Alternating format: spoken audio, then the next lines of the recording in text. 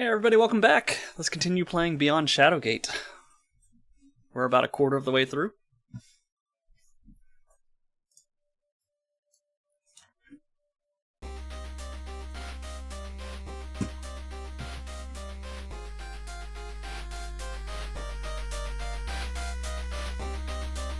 sure the volume is working here. Alright.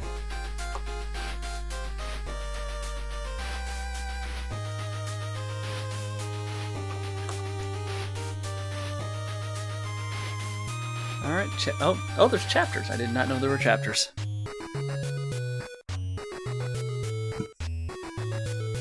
Okay. Let's start looking at stuff. This is the camp of Lord Jair's army as he prepared his siege on Gwenenthal. These barracks tents are all that remain of the force that threatened to raise Gwenenthal to the ground.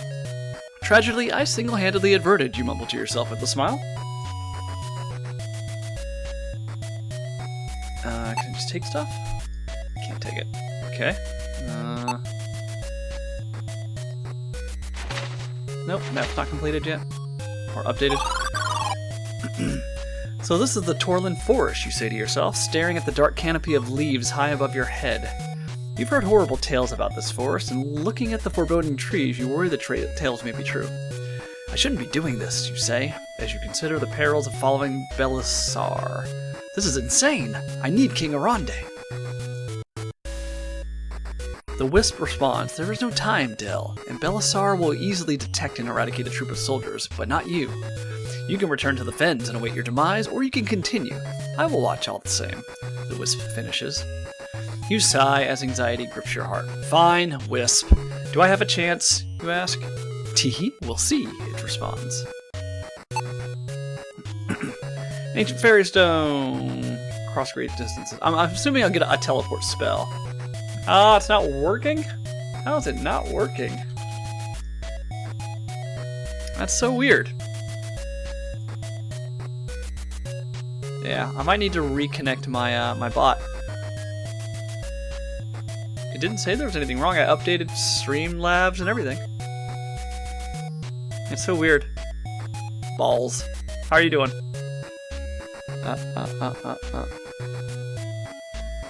There's a split in the pathway through this dark forest. Cuts between branches left towards the base of a mountain. Let's go forward. Well, first let's save. As you approach the house, a soldier blocks your path. By the look of his armor, he is a Gwenenthal guard captain. Stop! These words be no place for one such as ye. Go back, he says with authority. Until you begin protesting.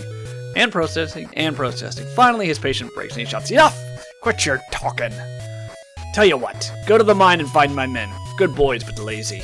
Bring them back and I'll let you pass. Now be off! Cleaning up the house again, gave it for a day and it went to hell. That's all it took was a day? Guardhouse door isn't locked. From the look of the scars on his face, you sense it's in your best interest to do what the guard captain says. Small wooden guardhouse. Well, let's go in here. A fresh candle burns brightly in the lantern. Take an at. Take the lantern. A thick fur-lined coat is folded neatly on the shelf. Surprisingly, it looks like it would fit a human child. Okay. You run your fingers over the thick fur, appreciating the fine quality of this heavy coat and deciding it would suit you well. After all, no one is likely to miss a coat like this around here, and you never know where you end up next. Can I open this up? Can't open that. Will not open. Okay. From inside the guardhouse, you appreciate how uncivilized and wild the Torlin Forest truly is. Oh yeah, still full of all the free shit from Nakia's work that needs to be gone through and put away. I'm not touching that with a 10-foot pole, though. I love the transition animations stay the same. Yeah! And same sound. Alright, so we gotta go this way, towards the mine, I guess. You read the ornate letters chiseled onto this dwarven gravestone. Magnum Silverforge, died 2303. His death showed us some wisps conspire against us, leading us astray, lest we try to escape the vile forest. You lean closer to read the weather-worn markings on this dwarven gravestone. Tavor Ironstrike, died 2300. Lost within the endless maze of the magic forest. Starvation took him. Rest, friend Tavor. Markings on this grave are chiseled deeply. Kaltor Fallstone. Died 2302. From his wisdom, we learned to follow the wisp within the magic forest maze. Alright, so yes or no. You mutter the words upon the the dwarven gravestone. Warrog Smelt Steel. Died 2301. Creator of the magic lens and discoverer of the hidden wisp within the accused forest maze. You study the epitaph on this dwarven gravestone. Cantus Firecraft. Died 2304. He discovered malevolence shows through with the red wisp. Do not trust the red ones. Okay, so follow the wisp except for the red ones. The guard captain won't let us through until we collect a soldier. Find them. Okay, we're gonna do that. 'Tis the entrance of the mine. Oh, hold on a second. Oh, that's where we came from. Okay. Vines and moss are reclaiming the ancient wood beam supporting this. Edit. This dreary cave seems to close in on you. Claustrophobia grips you as you think of all the rock above your head. A lonely old bird cage hangs from the ceiling. These held canaries that would warn the miners of deadly air. The cage is in terrible condition. Door is missing and its captive long gone. It's only loosely fashioned to the ceiling, and it's just barely within reach. Do I have a knife? I do. Use gold dagger, maybe? No?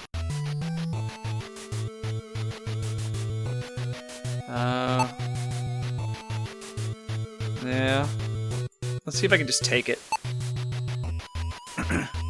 Waiting for dishwater and tea kettle to do their thing, so I'm making pickled red onions. Never mind, good knife in the dishwasher. I appreciate the heads up now, by the way, for sure. Yeah. I try. I know you like Shadowgate. I try to make sure anytime I'm playing this. You stand on the tips of your toes and reach down to pull down the birdcage. It doesn't seem immediately useful. What the heck? That wasn't nailed down, right? Yeah, I guess. Mounds of excavated rock line the sides of the mine. You stumble deeper into the mine using the cold rock wall as your guide, but you can go no further. It's too dark.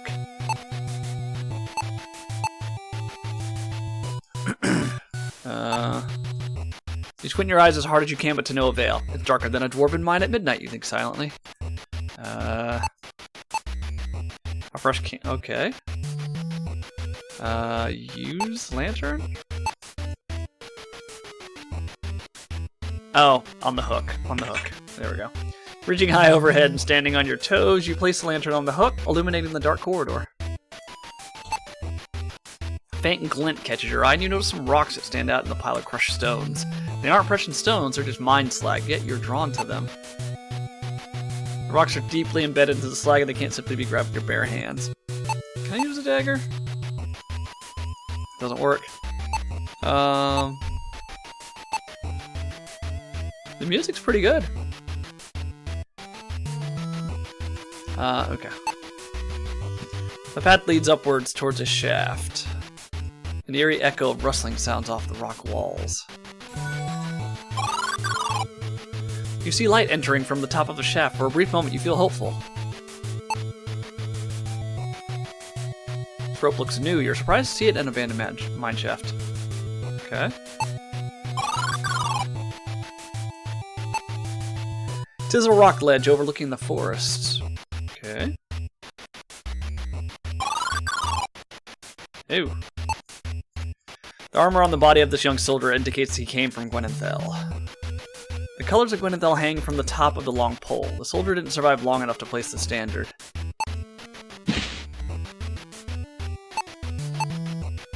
It's a Gwenenthel military banner. You once used a pole like this to dispatch a bat flying around your attic. It's a letter strap with a piece of stamped metal looped onto the end of it. You reach down and grab the stamped metal piece, taking care to avoid the splatters of dried blood. The stamped metal reads Benoven Montview, Gwenenthel Guard, born 2418, enlisted 2437. Okay. Can I move him around? Open him up? Look at him? No. Eating the compost shiz going again. I bought a paper shredder to get myself back into it. I have a ton of stuff I need to shred. You can see the Torland Forest, Tyre River, Great Barren Desert, and Gatekeeper Mountain from this ledge. Okay.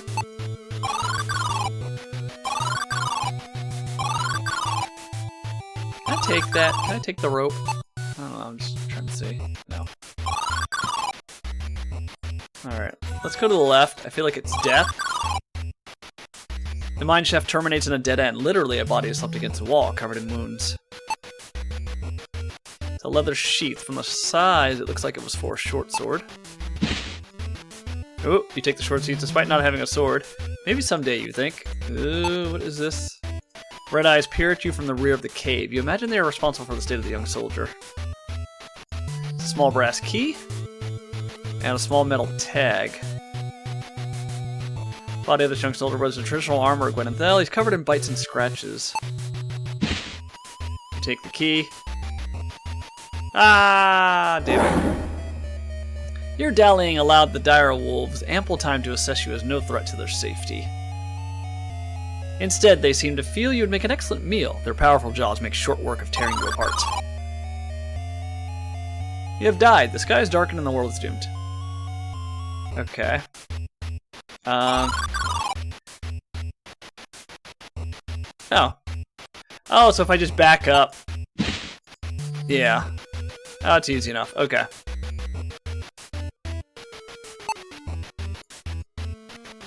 Yeah, let's leave.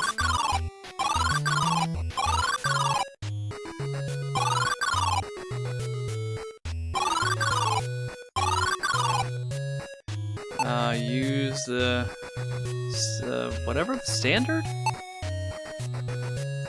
No. You hand the signaculum to the card captain. He frowns as he looks at stamped metal, aware of his soldier's fate. He speaks. Foolish boy. You're lucky you made it this far. He smiles faintly. Benovin tried to jump over a ditch in a carriage once. Dult only gave himself a horse length of runway. Crashed right into it and nearly broke his neck. Old carriage was wrecked. Ah! Still, he made me proud. Strong fighter and tough as iron. He trails off, his smile turning solemn. He frowns. He speaks. You believed yourself invincible, reckless boy. He smiles softly. One day, Morovin builds a slide made of leather rolls and soap. But the rolls separate when he slides, so he stacks boulders to hold him in place. Worked too, till he slid head first into one. Ah! He still has the scars. Sharp mind and unyielding will on that one. A good boy. His smile fading away. The unmistakable look of grief appears in his eyes for a moment before he regains his stoic composure. He sighs heavily and says, Go on, lad, but be warned, it's a cruel place. Fendling, take care of yourself. I'm going to tend to my boys. The guard captain finishes, his voice filled with sorrow. I didn't leave anything in here, right? No. We shall save. The intimidating exterior of the Torlin Forest looks welcoming compared to the dark canopy of its central region. You hear tales that this area is cursed, a gaping maw that consumes travelers without the magic to guide them through. The ancient trees are stiflingly close, preventing you from using the sky to navigate. If you're not careful, you may not emerge. The forest is enchanted with an impenetrable magic. We need a special tool to help us find our way. Look to the castle tower. Okay. Nope, I didn't mean to do that. I wanted to look at the mushrooms. Along the forest path, the trees seem to be closing in on you. The forest itself is swallowing you alive.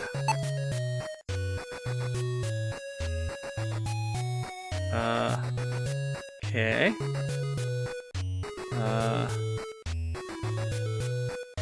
Let me see. Oh, it says look through the castle. I have the castle tower key. Do I need to go back? I need to go back. Yeah, I need to go back.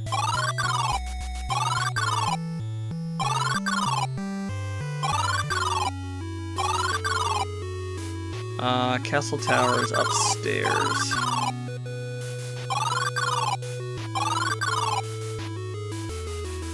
Right? Maybe? Yes. With a swift turn of the tower key, you unlock the door.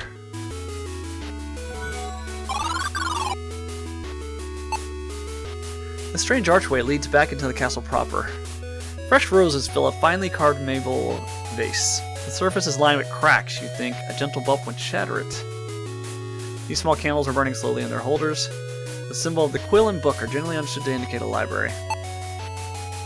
You reach forward and gently flick the marble vase. It promptly cracks in half and falls to the floor. Phew, you whistle. That's a fine example of shoddy craftsmanship. feeling no remorse for destroying the vase. A sheet of parchment is wrapped around the roses. Slithering on the sheet catches your eye. You release the twine and remove the parchment from the flowers. Read it carefully. Creeping vines from water below. Countless times the stalks will grow. Words, not blades, will root them out. Muster your voice and rally a shout. You've learned a new spell. Herbicidia. With no more use of the scroll, you discard it. No. Can I open the desk? Did not open. Okay. Gentle push the door of the library swings open. You see a loose parchment that has not been filed away, been filed away into its proper place on the shelves. Principles of Telescope Augmentation, 3rd edition. A lens may be used to filter light in a manner which emphasizes magical properties. However, to identify magical energy, a lens must also be imbued with magic. A simple temple blessing is sufficient. Resourceful practitioners report using the lens as a portable magic sensor when investigating observed areas in person. You decide you don't want to take the parchment with you. You place it back where you found it. Okay. Soft glow of candlelight and plush rug make this library feel cozy, despite the cold stone of the tower. This simple wrought iron candelabra does a fine job of illuminating the library. Shelves are filled with books on sorcery. The dust is undisturbed, except where one book has recently been moved. You see books on warfare, diplomacy, and history. Look at the lower shelf, you notice scuff marks on the floor.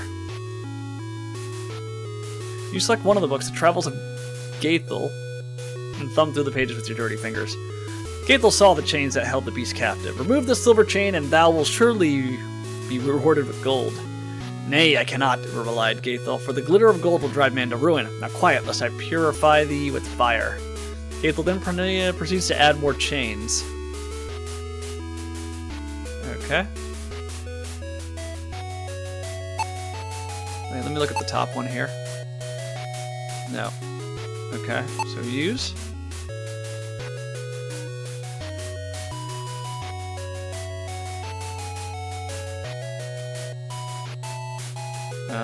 Take?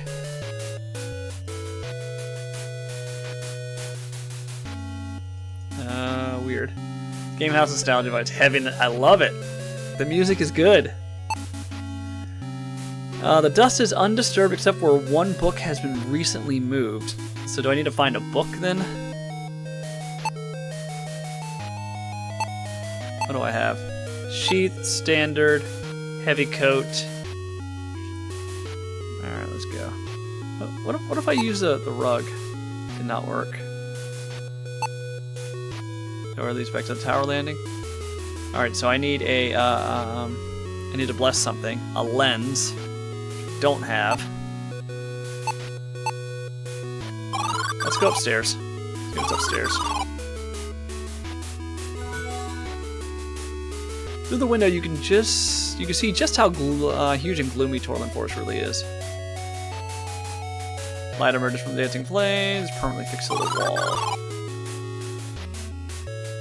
This well-built oaken door sits flush in its frame. It's locked. Okay.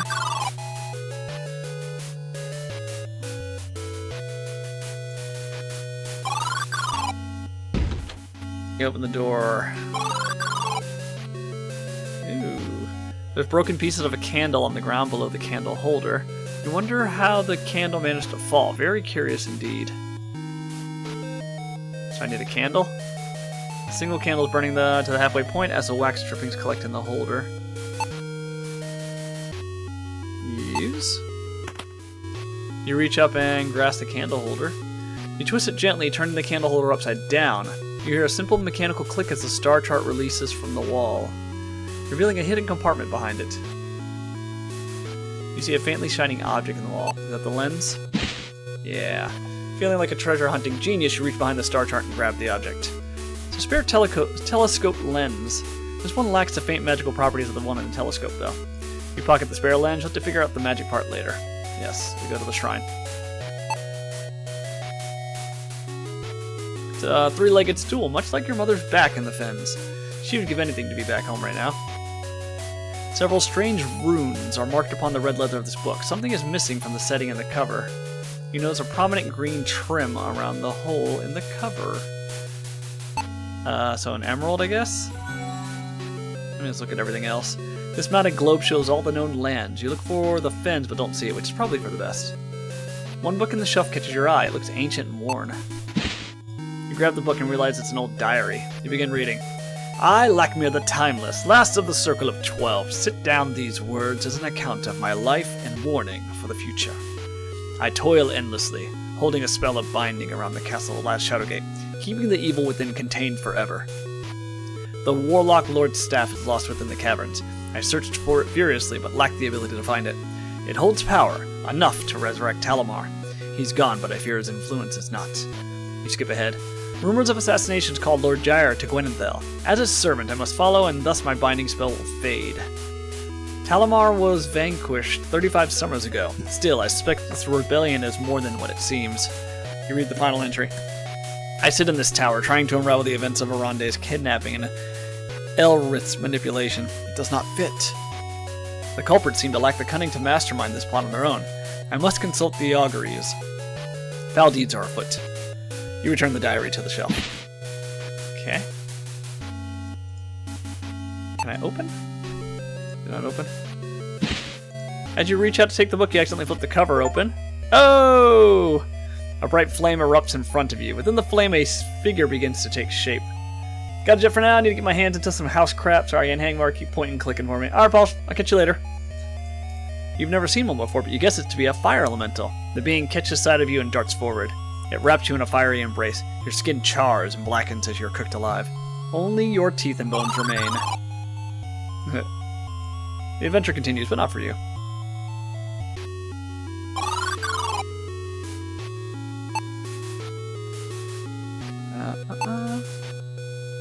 I already got that part. Okay, let me try using the emerald. You press the emerald into the setting. It snaps firmly into place. You feel a sense of calm and safety with the gem in place. It is surely safe to take the book now. You pick up the book with the emerald in the cover. It feels strangely warmer than the rest of the room. Okay. So I guess it's like a spell or something.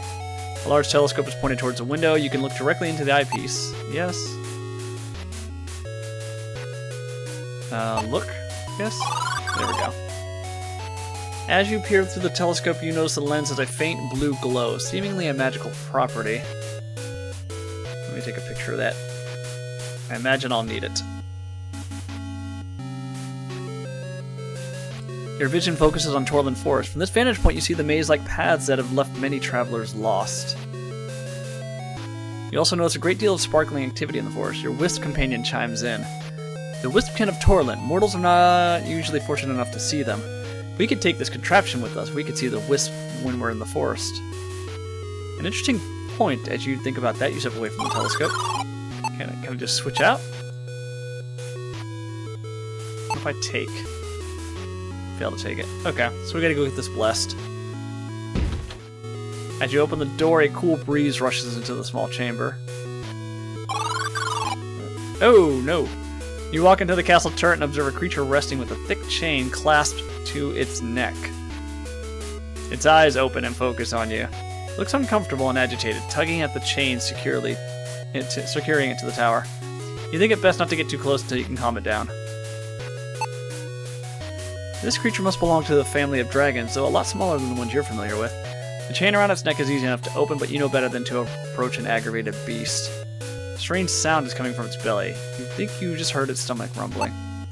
Alright, let's save. We have some food. Use cheese? Nope. You approach a small dragon. Suddenly its mouth opens wide and darts forward, catching your arm between its jaws. It twists its neck and hurls you over the side of the turret, plummeting you to your doom. Alright, so maybe bread?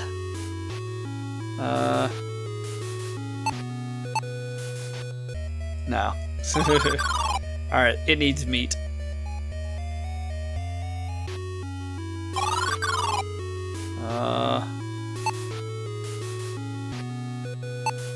Yeah, I don't really have anything for it at the moment. So we'll come back.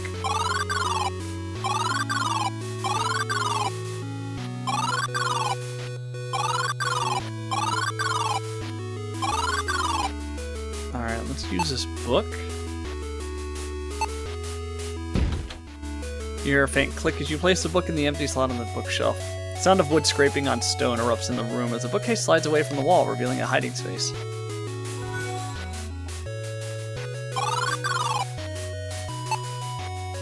This clay figurine of a griffin is exquisitely detailed. You gently remove the statue of the griffin. It's a hiding space to protect valuables from thieves. This vessel is made of polished gold beset with gemstones. You tremble with excitement as you consider its worth. You peek at the bag and gasp with glee. Can it be? Tempe's? These sweet blue crystals are your favorite treat. Ah, there we go. You eagerly grab the bag of Tempe's, thinking you deserve some reward for the arduous journey you're on. You take away the heavy gold vessel. Can't open it. Okay. It's a vessel constructed of solid golden gems, as is often seen held in holy shrines made in the image of one. These sweet blue crystals are your favorite treat. You would only share them in an extreme emergency, maybe. Clay figurine of a griffin exquisitely detailed. It may be worth some silver coins to an interested collector. Okay. Let's see if the dragon likes sweets. It's a small dragon, so must be. Save it right here. Open Tempe's bag? No. Use Tempe's. With a heavy sigh, you hand over some Tempe's to the dragon. It screeches with excitement as it happily munches the treats. The dragon screeches again and surprises you once more as it speaks. Tempe's! Colvin loves Tempe's. It looks relaxed now that it has eaten. Open? You gently reach for the chain securing the dragon and undo the lock. It quickly falls away to the floor. And with that, the dragon flies into the sky. It shouts back, Colvin, go now! See you again! Bring Tempe's, yes? A portal appears from thin air and the dragon flies into it, disappearing from view. Well, I'll be the son of a dwarf, you say, still shaking your head in disbelief. Looking down, you see a golden chain holding a glass vial on the ground where the dragon was chained. A clear vial containing a swirling purple liquid. You pick up the vial, staring at the swirling purple liquid. Dragon tears, you whisper quietly. Your great uncle once told you that his forebears drank dragon tears to learn magic, but then again, he said a lot of things.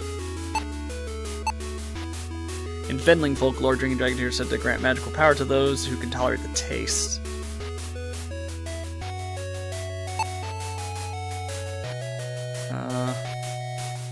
Okay. Save. Okay. Let's go get this lens blessed.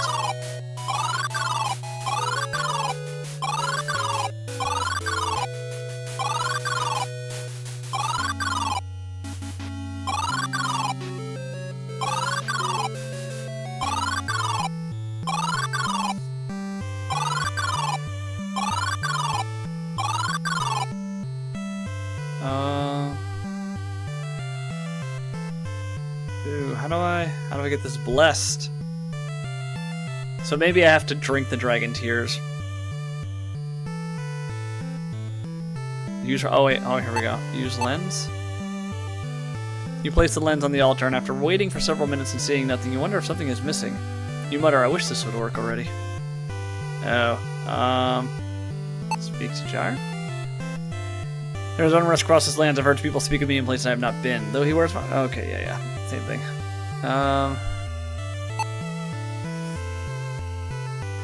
Let's see. Use? There. No. No. Maybe I gotta put the dragon tears on it? Or the silver tray?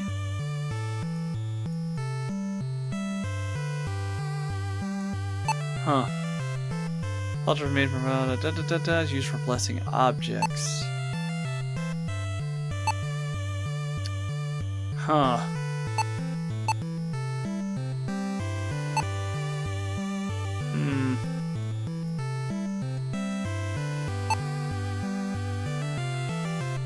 You have no reason to take it back yet. Surely there's another step to the process. Nope. standard, a bird cage, a heavy coat. Let's see if we can sell anything.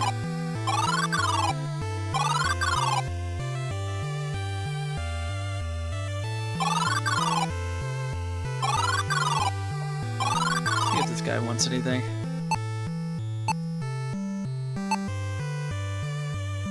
What a rare find. It's made of simple clay, but the craftsmanship is exquisite. I know not how you've come by this, little darling, and I'll dare not inquire. 20 silver coins are yours. Trust me, this is a fair price. Shopkeeper practically throws 20 pieces of coin your way as he grabs a clay statue from you. Okay. This isn't of any value to me. Sorry. Okay. Alright, let's go get some weapons and armor and things.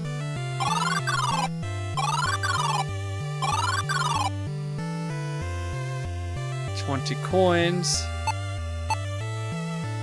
Crossbow bolts. Okay. I think I can use this gold vessel for something, right? I'm afraid that won't get you anything, my fiddling friend. My prices are fair but firm. Do return when you're ready to make a serious purchase. What?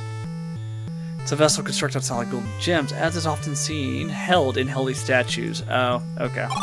That's the second part of the process. He won't let me take any of this, right? I have a sheath, right? So I should be getting me like a sword or something. No.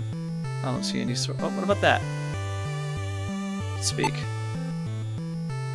No. No. Don't touch. Nope. Alright. Just double check. No. Speak? No. Okay. Let's go back to the temple.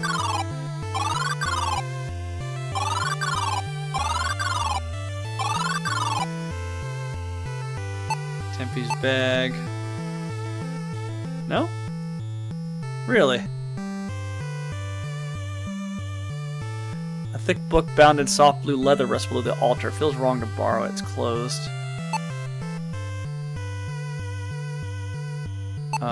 Take it? Failed to take it. Use it? Open? Open. There we go. You gently open the book to the center, noticing the luxurious paper and fine penmanship. You begin reading a record from the Book of Miracles attributed to the One. A foul enchantment cast fog upon her land and twisted roads, shrouding it from view, halting trade and starving her people. The queen offered a rod in gold to the statue, placed her glasses upon the altar, and spoke a prayer for piercing vision. Okay, so the gold and the standard, I think? The one answered. Magic flowed into her lenses. With them, she saw through the fog and led caravans back to her people. Okay.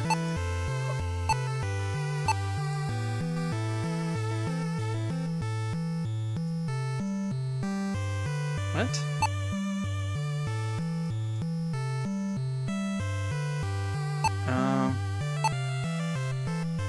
There we go. Oh, you have to do it in order. Standing on your toes and reaching high, you place a gold vessel on the statue's open hand. You feel a certain strangeness in the air. You sense powerful energy radiating from the altar at the statue's feet. Okay.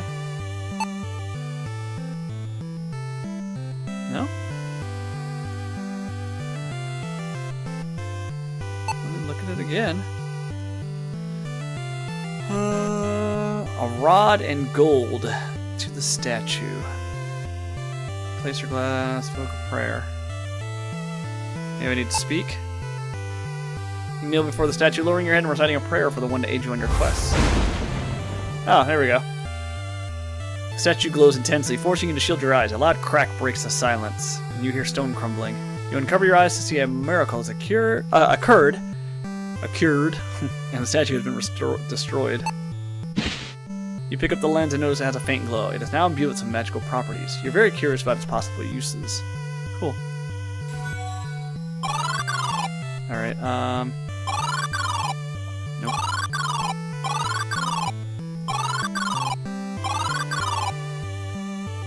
How do I get there again? This way. All the way. All the way. Oops.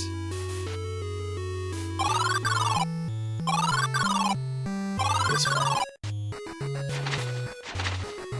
Okay. Now I can go through the forest, I'm assuming. 10-piece bag, sheath, birdcage, heavy coat. Alright, let's give this a try. Yep, wrong way.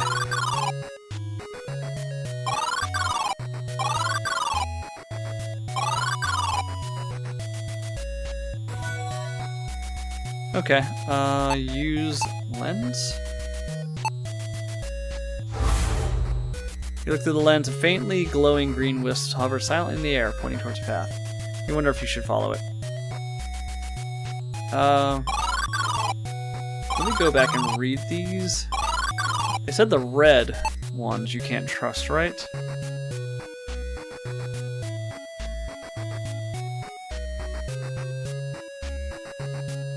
Yeah, don't trust the red ones.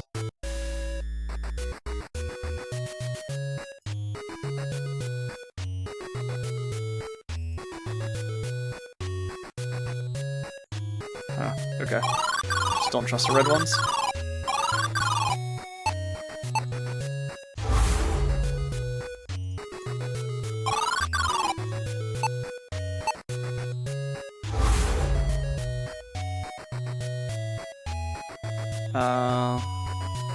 So I go the opposite, I guess?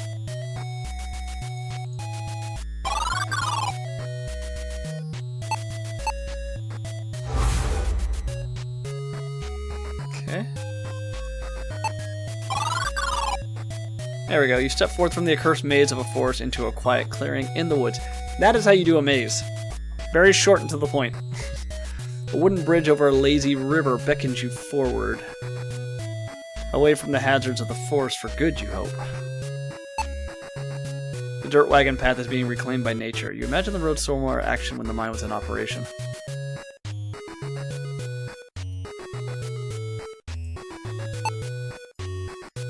It's a covered wooden bridge, not uncommon in rural places.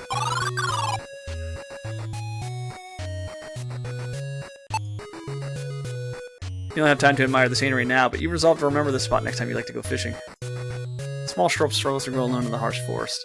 You feel a strange kinship with the rogue plant.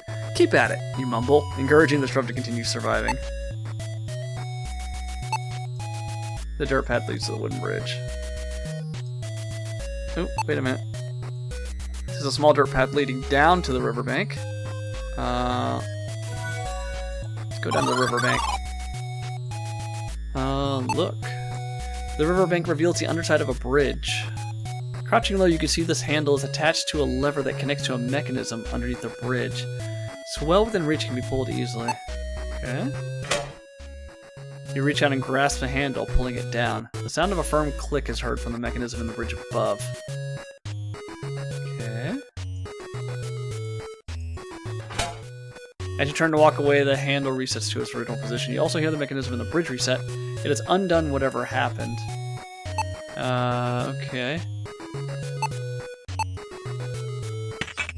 The cage hooks onto the lever quite nicely, but the cage is hardly heavy enough to keep it down. You'll need something heavier or a way to make the cage heavier. Yeah.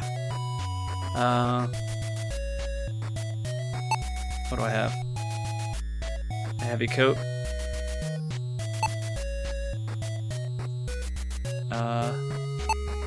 Use heavy coat? No? Open bird cage? No. Bird cage with coat? No. Heavy coat with the sack? Let's go up and check the bridge. Maybe there's something up there. Oh, I'm gonna fall to my death, right? Yeah. You look closely and see the planks are unusually staggered. Still, you whistle and admire the craftsmanship. Sure don't make them like they used to, you say to the empty bridge. As you walk through the covered bridge, your concentration is broken by the sound of creaking wood beneath your feet. Suddenly, a trapdoor opens and you fall into the rushing water below. You got lucky last time you plunged into the raging waters. This time the current is much, much stronger. The Torland Chamber of Commerce should be told about these killer bridges. Unfortunately, you won't be able to write that sternly worded letter. You'll be too busy being dead. The adventure continues, but not for you. Okay, so I need something heavy to put in this bird cage. let's see.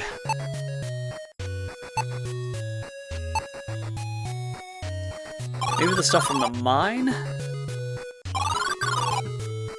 Yeah. Let's go check that out.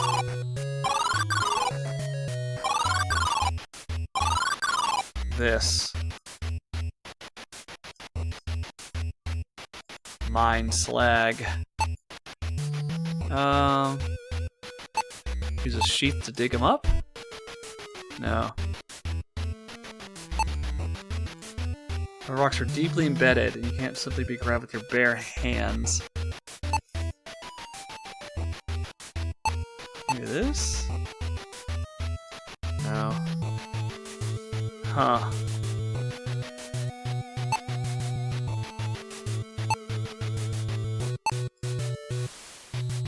No.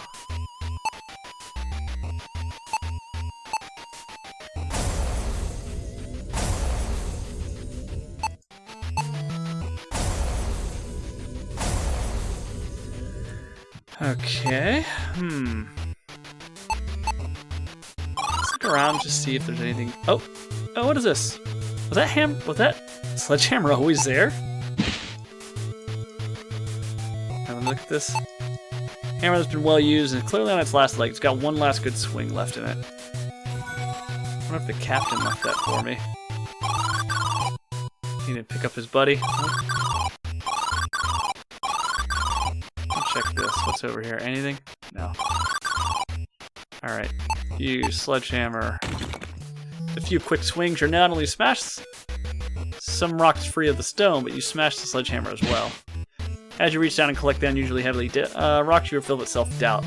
My back is going to kill me carrying this around, you think to yourself. I swear these things had better save my life someday.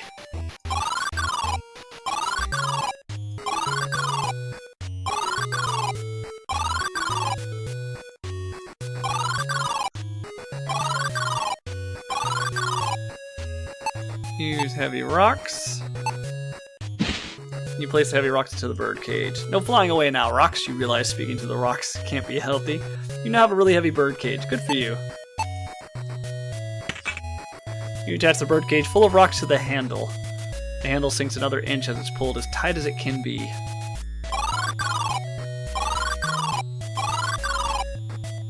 Okay. Forest path winds through a small meadow. Okay. With a loud screech, a foul harpy swoops down from the trees and hovers in front of you. Because of the stench coming from this human vulture, you wonder why you didn't notice it sooner.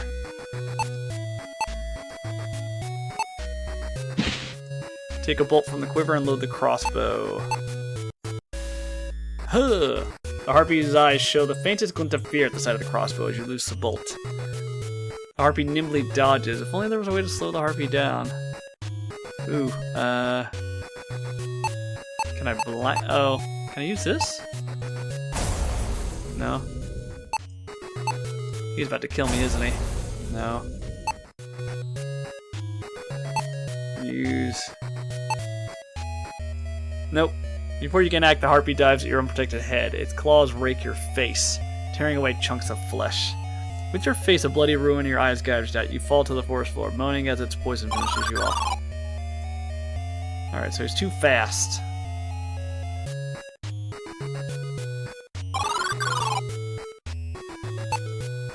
Let's speak. This harpy is half bird and half woman. The avian half is a vulture with filthy feathers and claws glistening with poison. It's hovering beyond arm's reach to speak. Whether or not the creature understands you is moot, as all it does is shriek back.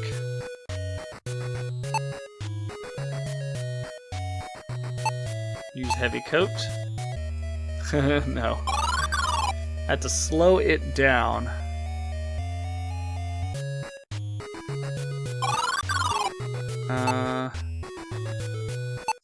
What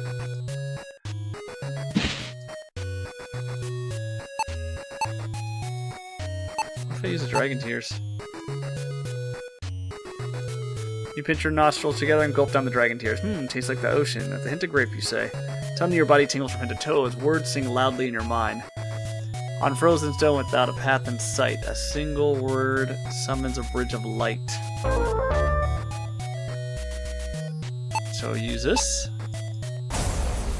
No?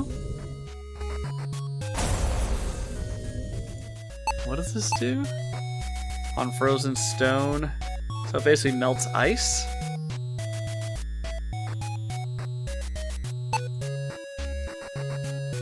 Let me see. Can't use a gold dagger on him, right? If I use a Tempe's bag. No.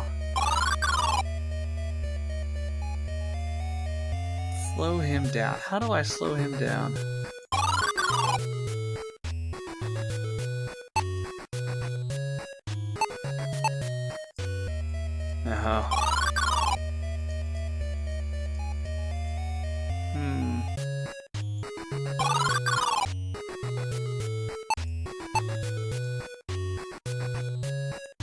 Look around here. Just beyond arm's reach.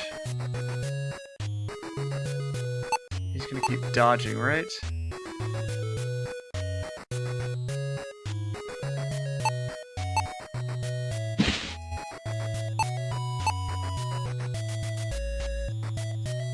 Yeah, no, it doesn't work.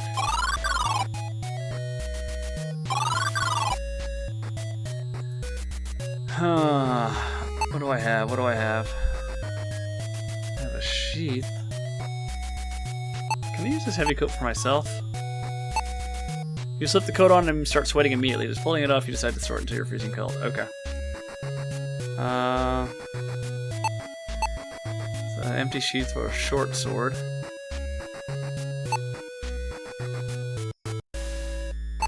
Silver tray? No.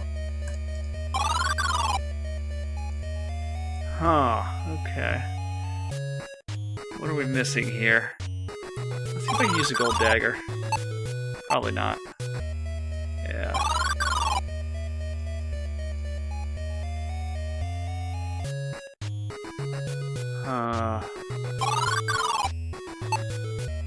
Yeah.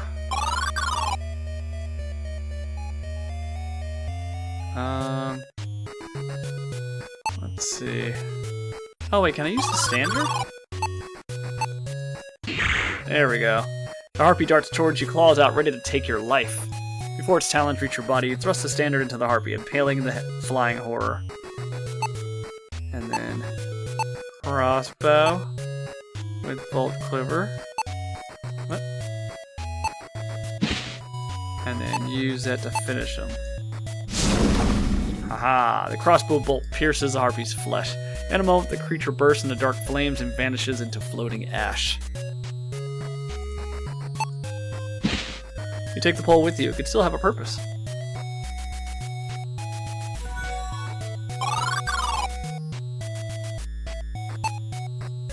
You stare at the old tree for a moment, deciding against napping beneath it. Strangely, you swear you hear the jangling of chains.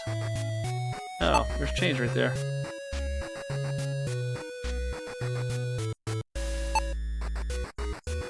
The path wanders by a single large, majestic tree. Moss hangs from its branches, implying it's been here ages. The path... I'm probably going to get into a trap, right? Yep. As you continue along the path, the sound of splintering wood explodes in your left ear. In your misfortune, you stumbled upon a raging treant. Its hollow shriek tears through the still forest air. Speak. No response. The treants you knew were docile and wise creatures. Something has twisted this one into a monstrosity. Alright, maybe I can use this Herbacidia? No. Okay. What do I have?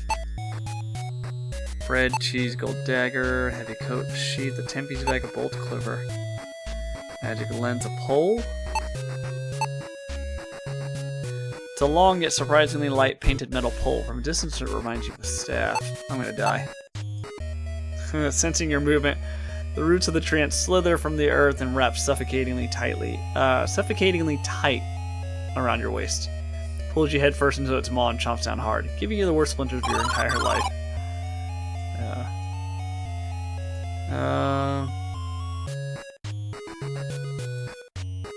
Okay. Can I use my crossbow? Maybe? Probably not.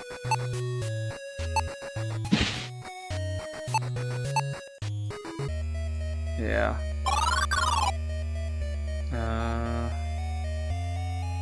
Oh, it said something different. It said thanks for playing Shadowgate or something.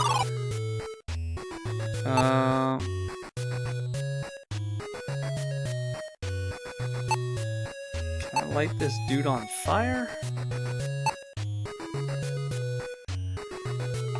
What does Herbicidia do again? When overgrown weeds prevent progress. Yeah, I did that to him. Let's try it again. Oh my god, the Hefe! Oh my god, the Wise! How are you? Herbicidia should work.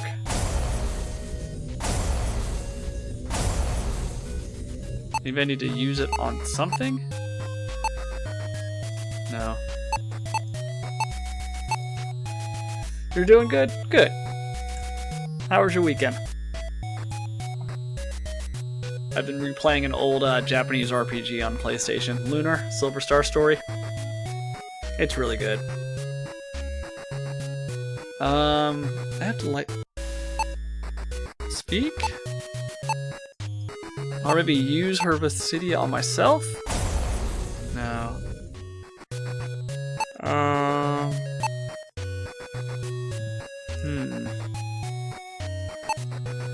It says, when overgrown weeds prevent all progress, this spell will wither them and clear the way. Maybe I have to click on a very specific part. You do your game dev on the weekends? You don't do it on weekdays as well? Let's just... No?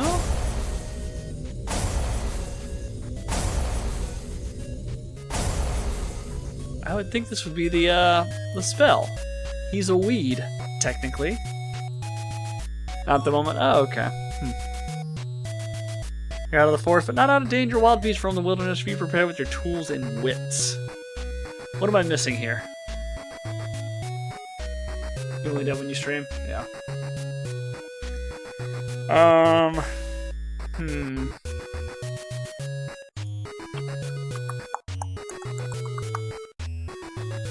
Let me think. There's chains. Alright, so I have a set of keys. History book, silver tray, bread, cheese, gold dagger, empty sack. I don't think that would work. Magic lens. A long painted metal pole from a distance to remind you of a staff. I'm supposed to use that with something?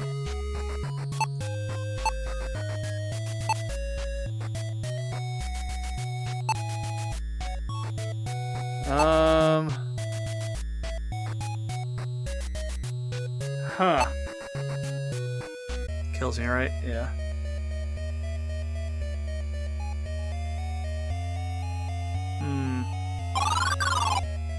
Oh, maybe it follows me. Let's see if it follows me. Maybe I can trick it into going down this trap door. Right? No. No.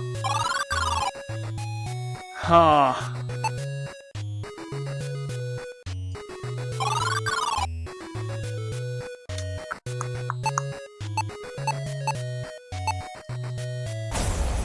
No. Go down here. Try using...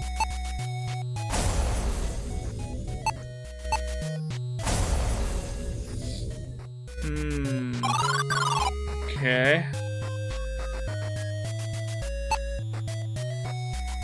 Silver tray, a history book, gold dagger. When weeds get in the way. This is a weed.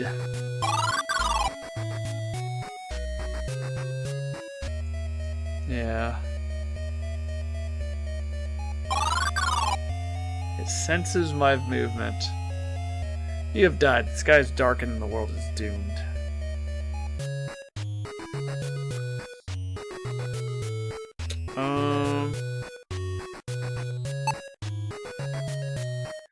Am I missing something? The with a pearl. What if I use the empty sack on myself? No.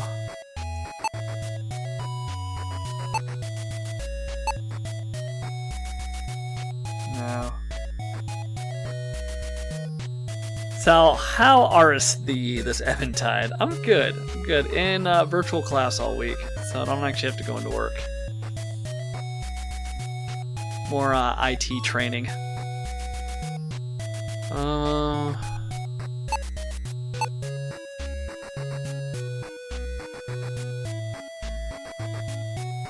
Oh, what do I do? What do I do? Huh. Just turn it off, turn it on. Yeah, exactly. Yeah. 8 hours of telling me to reset my PC. Oh, man.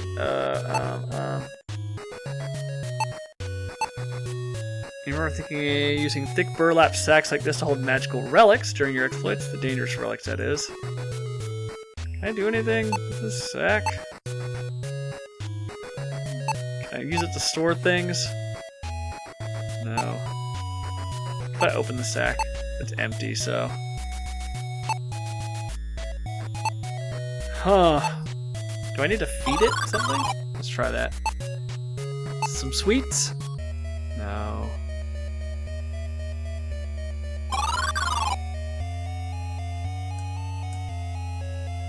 Maybe I gotta shoot it from this. Let's try that.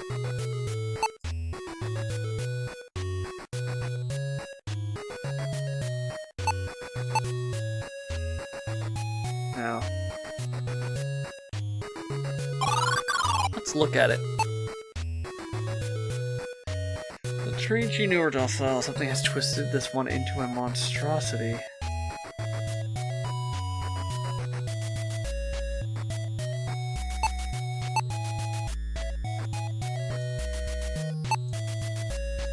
Huh. That's from meadow.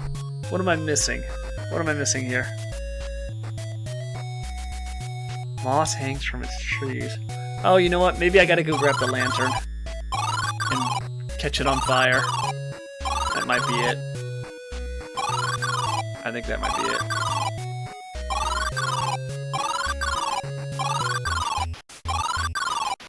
Take.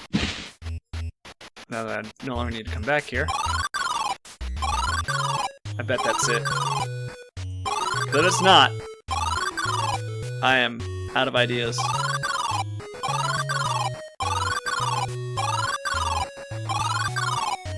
Alright. Hey, you frantically try to recall the wooden beast's weakness. Decide that fire is a good bet against your fibrous foe.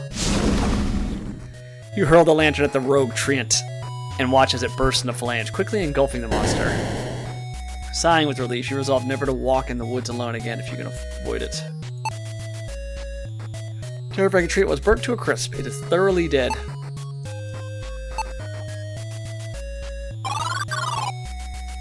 Oh god. Forest path winds along a small grove. A pair of silver eyes cast their gaze upon you. They silently watch your every move. Can I use my pole against it? No. Let's just go. A manticore bursts through the grove, leaping onto your path. It looks directly at you and becomes eerily still. An evil energy begins to emit from its eyes. It is surely preparing to attack. You hear nothing or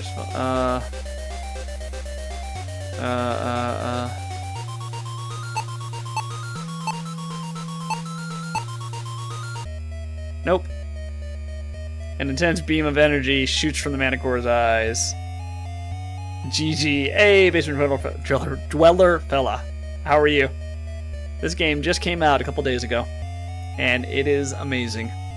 It is just like the original. Okay, so I can't shoot him with a bow.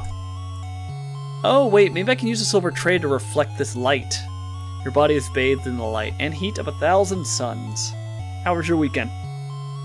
The burning sensation fades as your body evaporates into nothingness. With your demise, the land fell to ruin. Yeah, let's try the silver tray. It says it reflects things.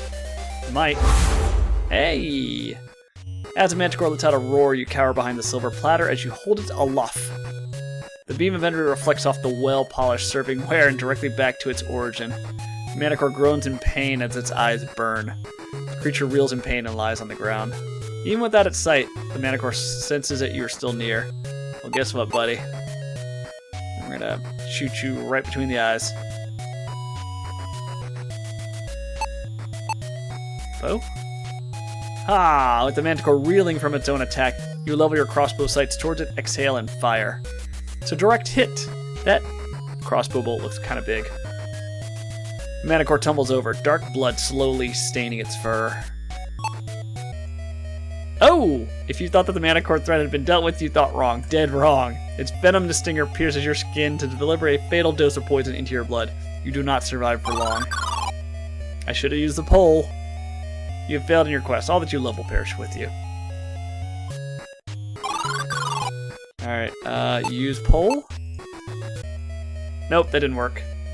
Now we know for next... Yeah.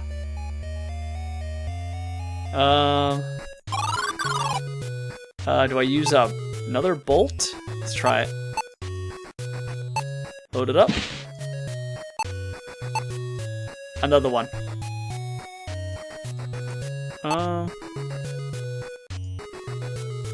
Manticore's injured, but you sense it has just a little fight left. Oh, I should have looked at it. You want to make a game? I would love to make a game like this. I don't know how hard it would be on Unity or Godot. But yeah, I love games like this.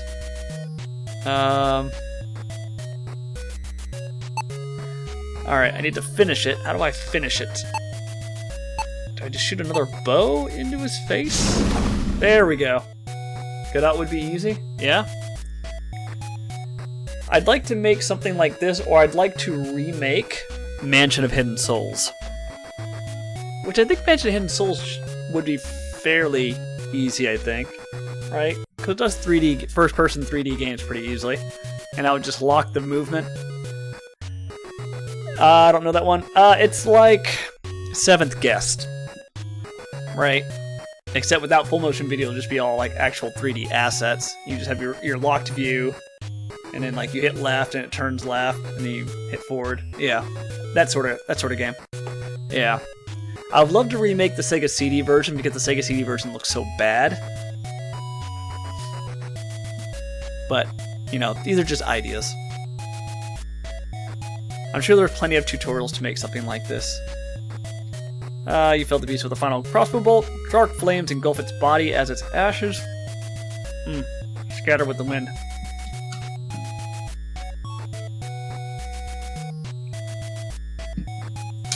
Now we can go? Yes. You step away from the shady grove, beyond the forest edge and into a quiet clearing. Before you is the Tyre River. You exhale slowly.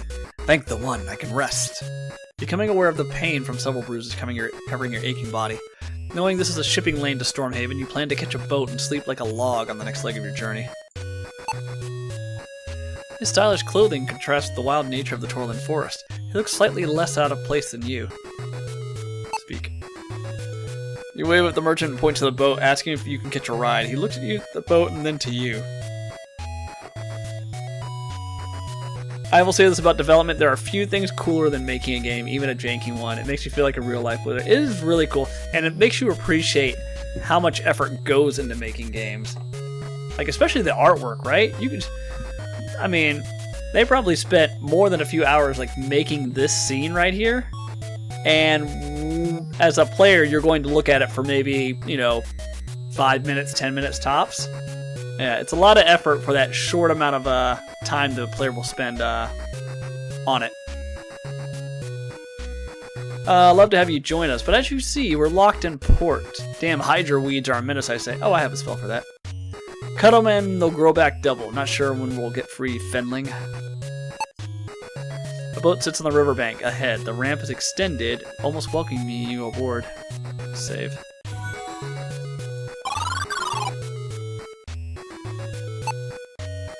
Countless weeds cover the ship from stem to stern. You swear you see the weeds tightening around the ship, so let's move just to die.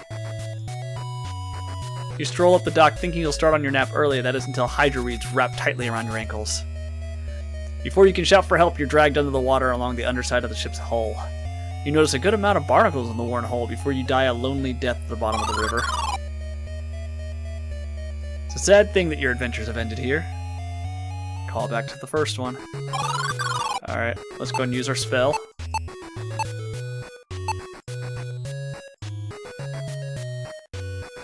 You walk up to the riverbank, turn to make sure the merchant is watching, and raise your arms as high into the air as you can. Herbicidia! You shout in the deepest voice you can produce, given your modest size.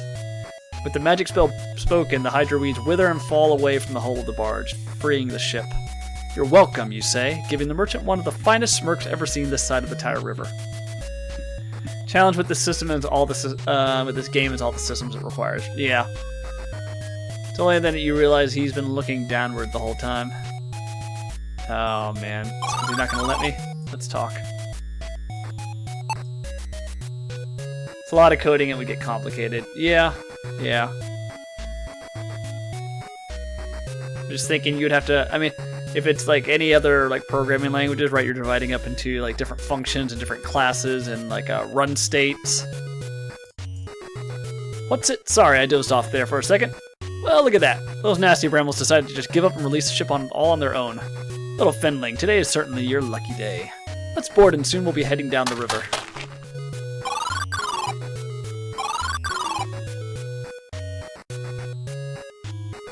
The nice thing, though, about these types of game systems, Brax, is once you develop it, you can just use it as the foundation for future games, right? Like all those Mac Venture games, Shadowgate, Deja Vu, Uninvited, they're all the same, foundation. Yeah, so you can make several series from there.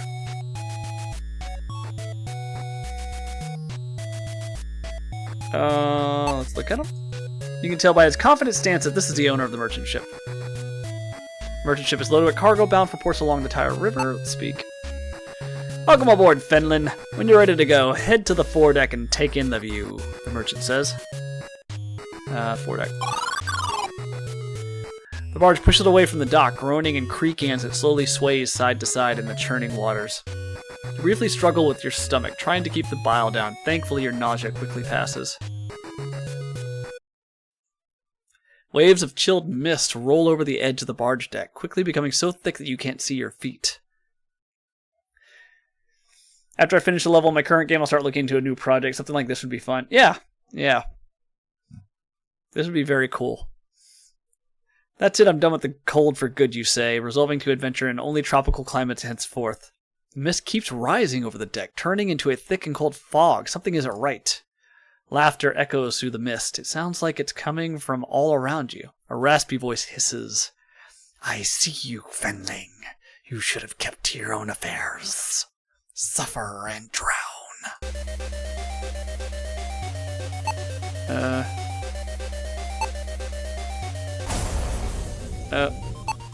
Let me put on my coat. You slip on the coat and... Oh, never mind. I'm doing it. No? That's weird. No.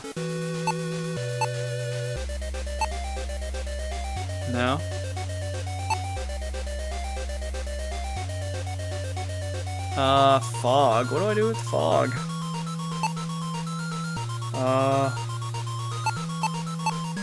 Yeah, I don't know. With the boat drifting blind and out of control, it stops with a sudden crash and sends you flying overboard. Oh! Maybe that was supposed to happen. A splash of cold water onto your face shocks you awake. Your eyes focus and you realize you're floating in a swamp. You turn your head to see the toothy grin of a most unusual creature. Its shrill voice calls back to you. Thank you for my new toys. Won't you miss them? Come find them. Yes, follow. Stole my shit. It waves the bag wildly and takes off into the swamp. You lose sight of the creature as it scampers away. Looking around, there's no sign of the barge or its contents anywhere in this swamp. You're on your own. Aww. Swampy waters give way to hard-packed earth. Okay. That's creepy. An unusual figure hangs by strings from this tree. It looks like a grotesque doll. Civilization touched this rotten swamp at some point, but all that remains are these logs and obscene tokens. You tug the figure hard enough to snap the strings holding it in place. As it comes loose, you unveil a startling sight. "By the one!" you shout, jumping backwards. Bones are arranged throughout the tree, and they don't belong to animals. Looking closer, you realize the skulls have been meticulously cleaned and hung from this tree. You wonder who would do this.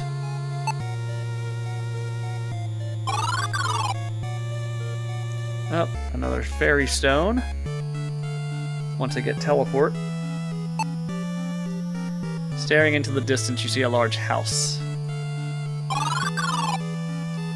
Competing for your attention are the constant squishing of your wet socks and the obnoxious loss of your equipment. Looking up from your shoes, you're shocked to see the stark outline of a large mansion against the setting sun. The rotting walls immediately give you the creeps. It feels wrong. A mansion built alone between a desert and a swamp. Before you can say you'll never step foot in there, you see the imp scurry through the door with all your belongings. Realizing you won't survive the desert without your things, you sigh heavily from exhaustion and continue onward. Renowned for its inhospitable environment, the great barren desert expands before you. This old mansion casts a gloomy shadow while sharp gusts of desert wind whip past you. As you crest the top of the stairs to follow the imp, the door slams shut in front of you. Its familiar shrill voice calls to you from behind the doors. "Welcome, welcome to my home. Help I need? Yes, yes I do. But trust you? No, not yet. No, friends share food. Yes, treats. Take this. Here, bring my favorite meal. Hurry, go." You see the imp open the door a crack and toss a small red stone onto the ground. It quickly shuts the door again. The deep red color of the stone reminds you of dried blood. You lift the stone off the ground, grateful that none of your friends are here to see the imp get the better of you. What did it mean, my favorite meal? And where am I going to find food in the desert? In a desert, you grumble to yourself. Large solid doors give the portico an ominous and uninviting appearance. Okay. An odd-looking circle carved into it. The crude figure represents a being made of flames. You heard tales of such models being used to trap elemental spirits. So my spells, at least. I love how the background here changes. That's awesome. You've heard tale of this place, the Great Barren, a wasteland that radiates demonic heat from a spell long spent. A powerful wizard delved into the dark arts and cast a hideous spell at the expense of his life, the spell of Hellfire. Once a region of lush forests and wetlands, this land is desolate. Only shifting sands and unextinguishable flames remain.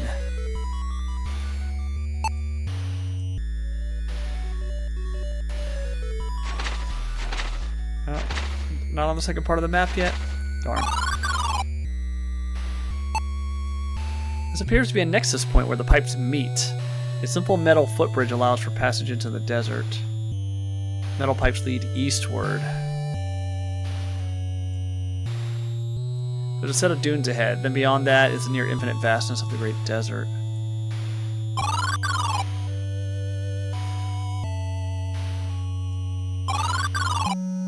Yep. The origin and purpose of the structure are a mystery to you. You wonder if its secrets lie in its design. Let's try it. You place the stone in the structure. It fits perfectly, but nothing happens. Something must be missing. Okay.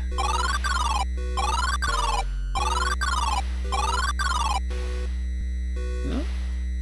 This molten pitch burns so intensely that it may as well belong in the center of hell itself.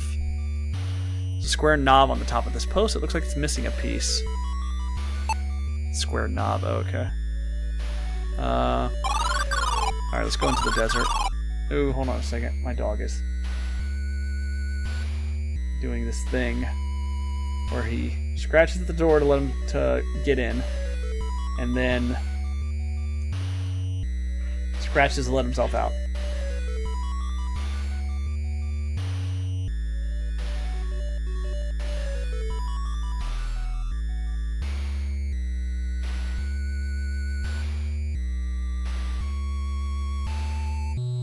Alright. Let's see. Alright, into the desert. The body is clutching a round hand wheel to its bony chest. You grab the hand wheel from the clutches of this unfortunate soul. You're hopeful that you might finish what they started. It's round out a square hole in the center. It's made of the same materials as pipes in the desert. Alright. We're filling it with water, maybe? You attach the valve to the metal post. Before you turn it, you hear a large whooshing noise. Suddenly, a searing gust of wind knocks you back. A flaming entity bursts forth from the lava and fixes its eyes upon you. Can I use this? I don't think I can. No. Use straw effigy. You stretch your arm towards the fire elemental, holding the effigy in front of you like a shield. The entity shrieks as it's sucked into the effigy. With a blinding flash, the elemental is no more. A moment later, the effigy smolders in your hand, quickly crumbling as it turns to nothing but ashes. You grip the valve and turn it slowly. The metal squeals in protest from years of neglect. You feel a rumble beneath your feet, and you can sense the temperature rising. Lava has indeed begun to flow. Oh, wait a minute, hold on a second. We got steam? Plumes of steam escape from the pipes. The lava must be flowing through them and creating incredible heat.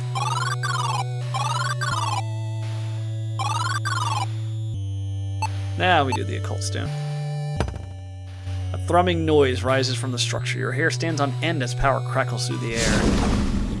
The space in the center of the machine begins to waver and distort as the portal opens out of thin air. Let's save it. You see a distorted vision of a world beyond. You stumble forward out of the portal, slightly nauseous from the trip. The damp smell of rotting earth is overwhelming. Stifling an urge to vomit, you turn around to survey your surroundings and see the portal flicker weakly then disappear. The wisp chimes in. Good news, bad news. Good news is we didn't implode while teleporting. Bad news is the portal is dead. It continues. We're stuck here till we can power it up. Great, you respond. Well, if it's a meal the imp wants, we won't find it down here, you say as you make for the exit. You kneel and examine the structure base, noting that the dirt covering the portal is loose. Portal's inactive. You see light coming from an overhead exit at the end of the tunnel. Metal rungs lead towards the ceiling and out this tunnel. There's a small red stone shard in the corner of the floor. Reminds you of a polished ruby. You reach down and collect the ruby shard. The hillside. This hillside is not similar to the hills of Kaltorland, strangely, but not dissimilar either. The fortress built into the side of this hill is being reclaimed by nature. Roots and vines grow along the cracks in the walls. Metal rung. Oh, that's where we just came from. You got a new CD haul from eBay today. CDs, as in music CDs? The dirt path leads towards a grove of dead trees. 3 Prince albums. I have a couple of CDs, but only for one band that I really like. What's left of the doorway is completely blocked. I can't open this, can I? No. No.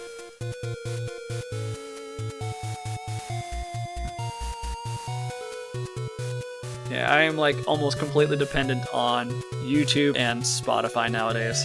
I used to own a ton of CDs, as I think most people did. The dirt trail leads to a smooth stone path. Thick bushes of red flowers grow along the forest path. Yeah, I burned it all on into MP3s and then got rid of it.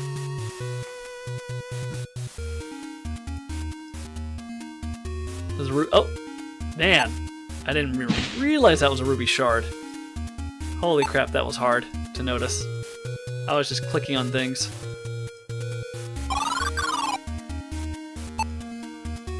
It's a long road stretching off towards a dusky sky. An odd broken line repeats regularly as far as the eye as you can see. Okay. Let's look at this gate. An iron gate blocks access to the property. It is, however, unlocked. Lucky you. The unlocked gate opens easily. You find yourself standing in front of yet another mansion. This one also gives you the creeps.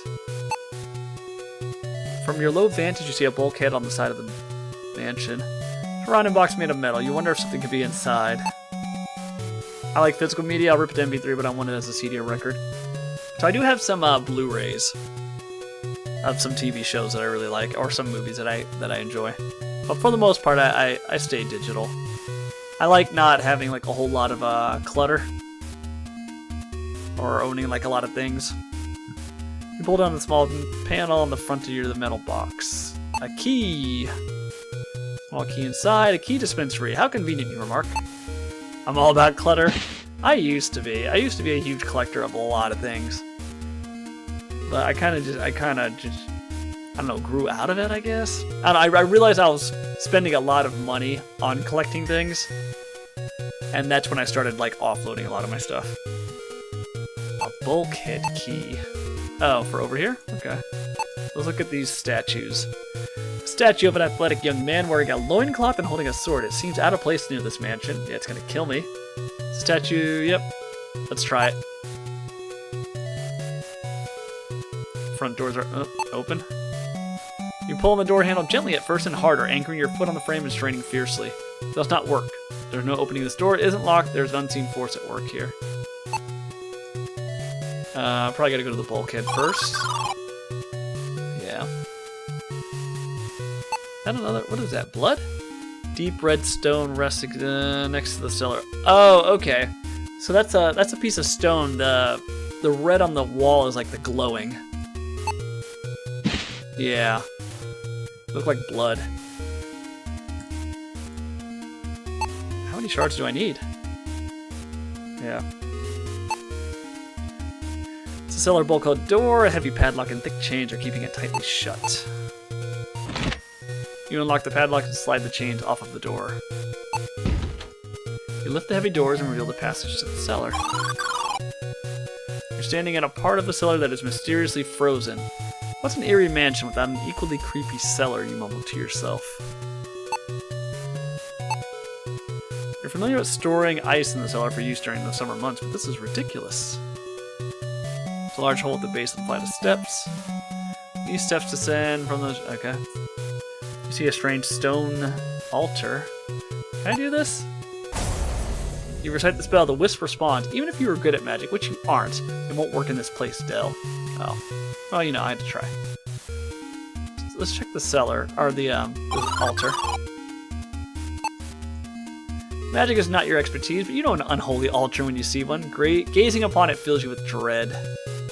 Your great uncle once explained that arcane symbols are used to channel energy, but you weren't paying attention at the time. The indentation looks like it holds a receptacle. A blood-red cover. Do sorcerers never think to make their spellbooks less conspicuous? You say to the empty cellar. We're definitely opening that up. You lift the cover of the dusty tome and it opens to a specific page. You stare at the unfamiliar symbols for some time until the wisp raises its voice. These are powerful magics, Del. This will release enough energy to power the portal, but I don't know what else might happen. The wisp reads a passage to you. Place upon an altar to Matari, and in it sacrifice the 3 of blood. The flesh to pump the crimson fluid, the bone from whence it comes, and the blood itself. Can I take it? No. Let's go back. So we need the 3 stones, some blood, and bone. Bone. Some human remains rest close to the pit. You wonder if the 2 are related and decide you'd rather not know. Curiously, one large bone stands out from the rest.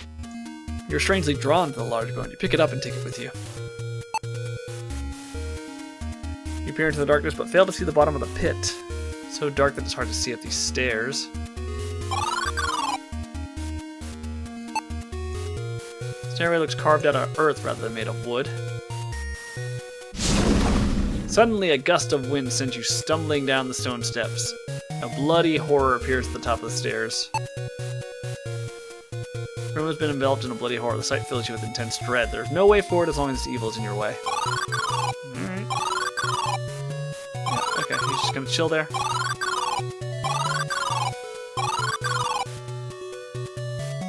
No. Alright. So let's do... No? The bone first?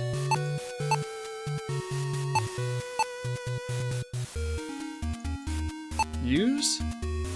No? Speak? No. Hold to receptacle. Did I miss something?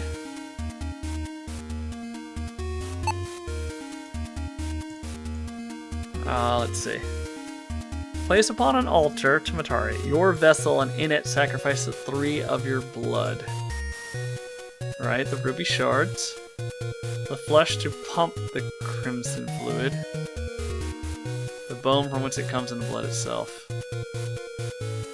I only have those things, though.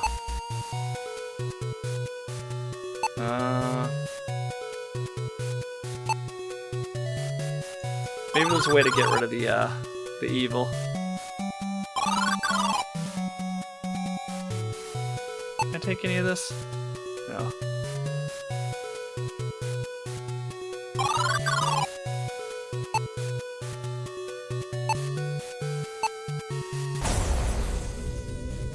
No.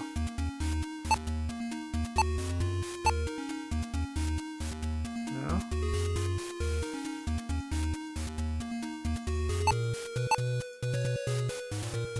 I'm just gonna move towards it. No. Speak? No. None of my spells work, right? Yeah. What if I use these together? Let's go back. Maybe we missed something.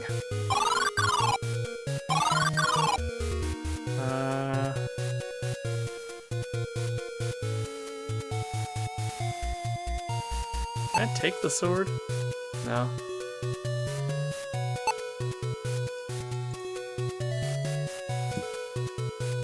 I can't open the doors, right? Yeah. There's nothing else over here, right?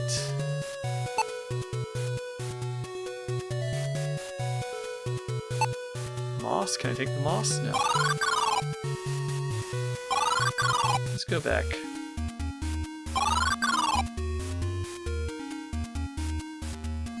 Can I take any of these flowers? No. Oh, there's another shard. Oh, here we go. Recalling memories of summer spent climbing trees in the fens, you quickly hoist yourself onto the tree limb. With the shard now in reach, you take it. Okay. Just seeing if there's anything down here. No.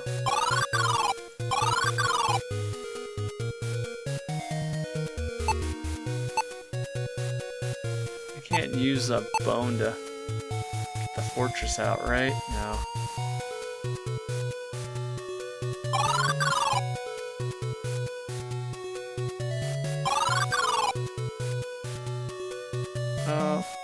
Can I go this way? It's a long road stretching into a dusky sky. An odd broken line repeats regularly as far as you can see.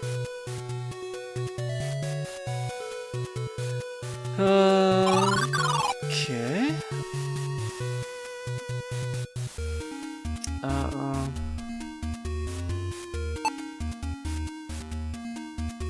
Spells don't work here.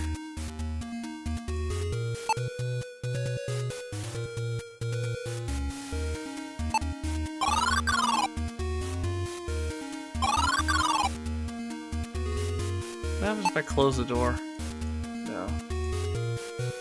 Gotta be something to do with this ice, right?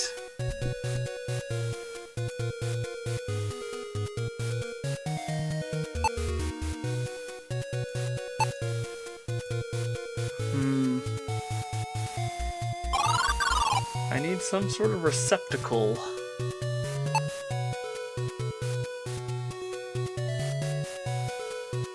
close the book. No.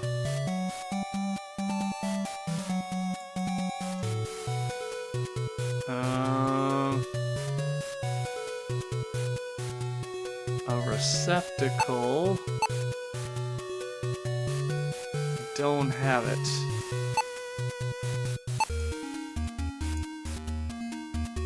Is there anything else I'm missing here? Let me see.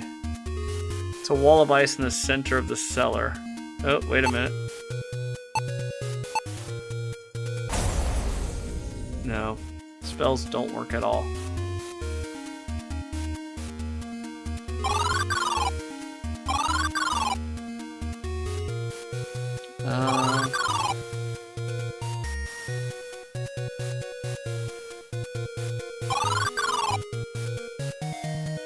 Something here, right? Fail to see the bottom. Oops. Notice this part of the cellar is very small, even by your standards.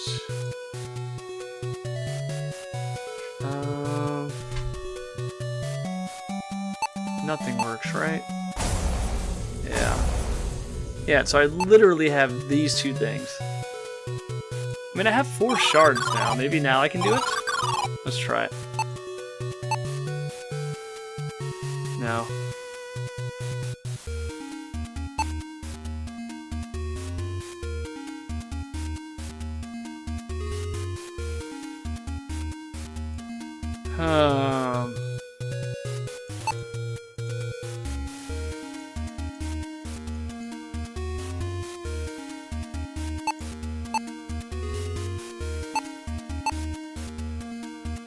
No? What am I missing? What am I missing? What am I missing?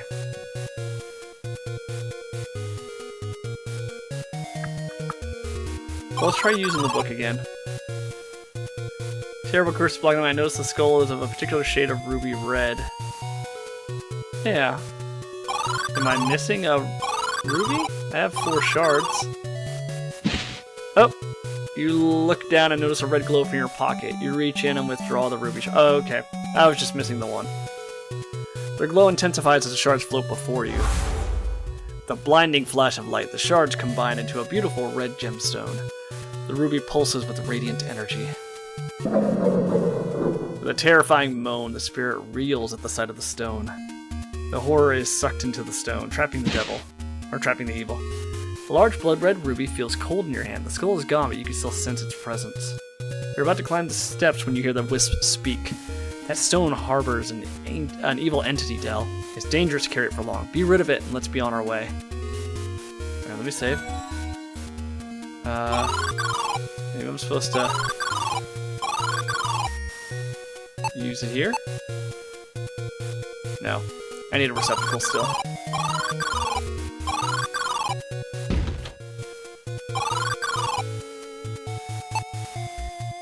Small study. The unusual curve of the wall is giving you a headache. A small spool of thread and a sewing needle. You take the needle and discard the thread. What? You pull open the desk drawer. You rummage through a bunch of papers with names and numbers on them. There's nothing useful here. You sure? This leather couch has seen better days. Alright, J.D. Vance. It's a stunning mountainscape. The image is so exhilarating you can almost smell the fresh air. There's something on the couch, right? No. Can't open that.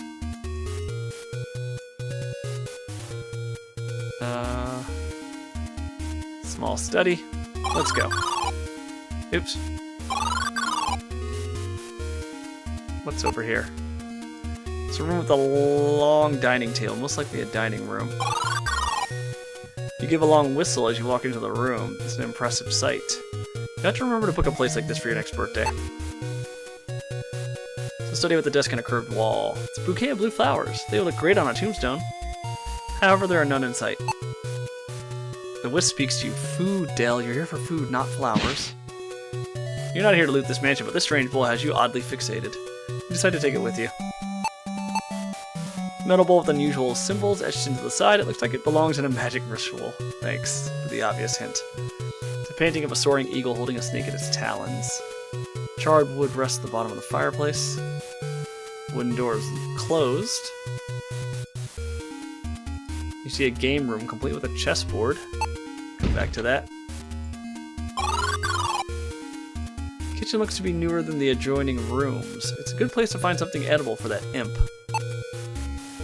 Jar has a star-shaped symbol and something rattles inside when you shake it. It's tightly shut. The jar is sealed suspiciously tight. It's not only child-proof, it's fendling-proof. Can you break it with the old bone? Hit? That only hurt your hand, okay. It's a simple salt shaker, you decide to ignore it. I want it. No. Ooh, a knife. Meat cleaver and sharp blade are stuck on the wall. Quite stuck, actually. You can't remove them despite trying. Row of hanging pots and pans. You can tell this is an oven, but it's not what you're accustomed to. It smells of charred meat. A rotten, smoky smell rushes out as you see a chunk of charred meat on the rack. Cannot open that. I'm gonna get the meat in a second. I want to go to this chest room. This unusual-looking horn has a crank on the side of it. Use? You turn the crank and a jaunty tune plays to the strange horn. It reminds you of a circus in a far-off desert kingdom. It's a classic chessboard. It has everything you need to play except for an opponent. One chess piece is curiously out of place.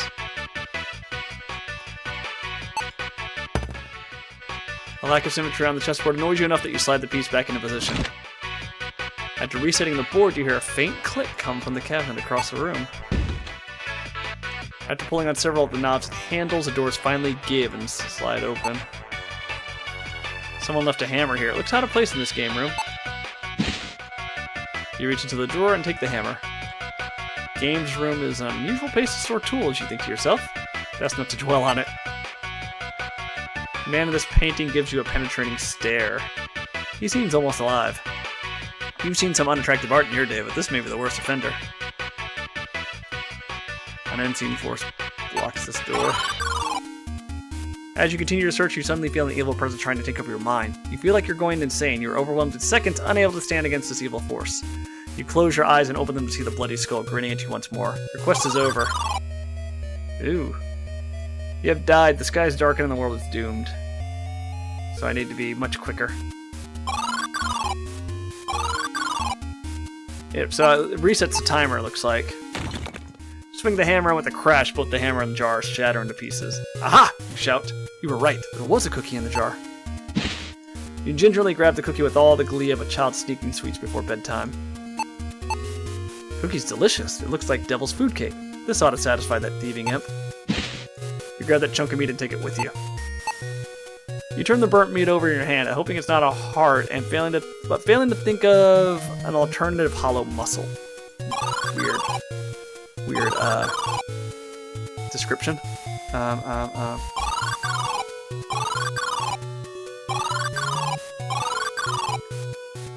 Use ritual bowl. And then use ruby. Oh, no. Meat. And then bone. Okay, and then ruby. No. And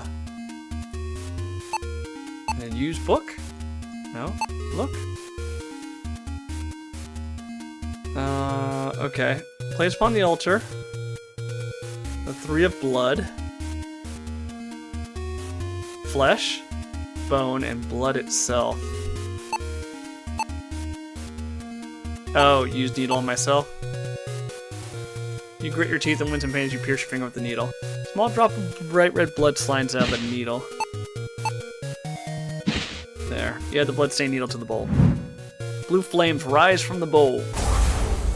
The wisp dives into them like it's going for a peaceful swim in a crystal lagoon. It speaks. Good news, bad news, Del. The good news is I have enough energy to attune the portal. The wisp becomes quiet and focuses its attention. You see a small blue speck appear in its hand. The speck grows larger until it's a crystal the size of your fist. There! Take this to the portal. Now the bad news is you open a gateway to what you people call hell, and a lot of angry things are coming. Oh look! There's one now. You grab the stone of condensed magic. It is still warm to the touch. It is a condensed magic energy from the wisp. You wonder what it cost the wisp to produce this portal key. I don't need it. Okay. Oh shit. The woman from Uninvited. A strange woman appears from out of nowhere. You realize that the cavern has become cold enough that you can see her breath. Use Ruby on her. Nope. Oh, you have attracted the attention of the mysterious lady. She turns to face you. Her face is devoid of any flesh. You are frozen with horror as her bony fingers tear you apart. Her hysterical laughter echoes as your body falls to the floor. With your demise, I'm dead. So can I just leave? Let's look at her. Looks like a proper lady, but she looks out of place standing in the mud. Looking closer, you see her dress is pristine, and she's not standing. She looks more like she's floating. Speak. You speak to her. Hello, miss? She speaks. After all these years, you came back for me, my love. It is time you were mine. Forever. She descends upon you, tearing your chest and face to bloody ribbons. You're dead before your body hits the floor. With your failure, evil has prevailed. Well, thanks. Is there no way to kill her? Nah, you've attracted the attention of the mysterious lady. Aw. Can't kill her? What if I just leave? Oh, I guess I just leave. There's no way to kill her, though? Aw. Oh, this door's open. Your curiosity got the best of you. You step back into the mansion. The foyer is dead silent. Oh no! A cacophony of screams shatters the silence as all the evil energy of the house descends on you at once. There is no escape. Yeah, this is the mansion from Uninvited. Their vile presence overwhelms you, and you join the massed horde of the undead that now inhabit this estate. You turn around to see your new master, a horrific blood-red skull smiling fiendishly at you. Your quest is over. It's a sad thing that your adventures have ended here. Alright, well, we're not going there. Oh! As you continue to search, you suddenly feel an evil presence trying to take over your mind. Oh. Ooh, that was fast. Oh, okay. Maybe I'm supposed to put this ruby somewhere. In the mailbox? Maybe? No?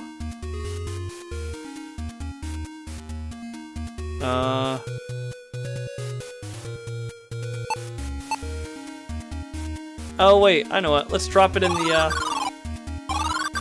well. Never to be heard from again. You stare at the blood-red ruby, imagining the evil contained within, escaping into the world. Deciding you cannot allow this to happen, you cast the stone into the pit, hoping it is never recovered. Bye, ma'am.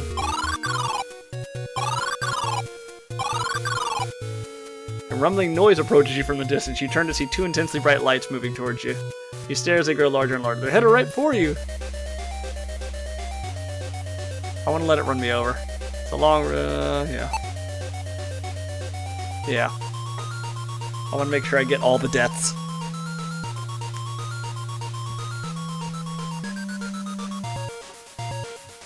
Come on, kill me.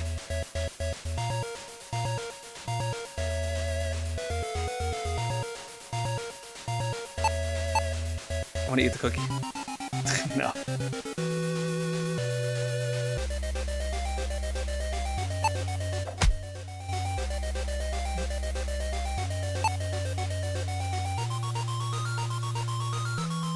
Is it not going to kill me?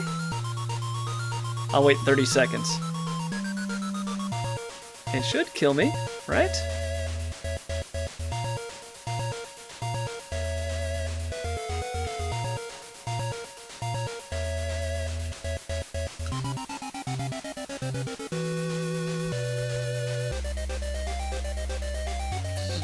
I guess not. Nope, I guess you can't actually die. Rumbling noise and bright lights approach you faster and faster. You turn and start to run towards the fortress. You hear a screeching noise and a woman's scream behind you, followed by a tremendous crunch. Whew, glad to be out of that spot, you exclaim to the empty wilderness. You smell a pungent odor filling the air. You have no interest in going back to learn what that was. It's time for you to check on the portal. No, I want to go back. You feel like you've been in this strange land long enough. It's better if you get to the portal and leave.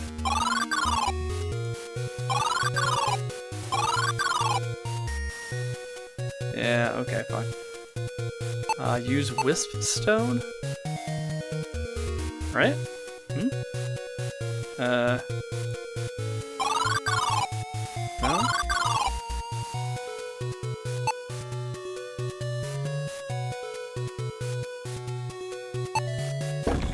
There we go. Digging your hands into the soil, you remove clumps of earth until you uncover a slot at the base of the structure. You kneel in the dirt and place the blue stone in the socket. You hear a gentle humming sound as a portal appears before you. Finally, you shout. One mansion is more than enough to deal with today. This is probably like deja vu. Oh. You walk out of the portal, slightly less nauseous than your first trip across space and time. The wisp, however, strangely quiet and less animated, does not look well. You turn and face the structure just in time to see the stone inside shatter and the portal fade. All that for a cookie. Ah well, at least I can get my things from that accursed imp, you say with a hint of irritation. Let's give this cookie to the imp and get our stuff back.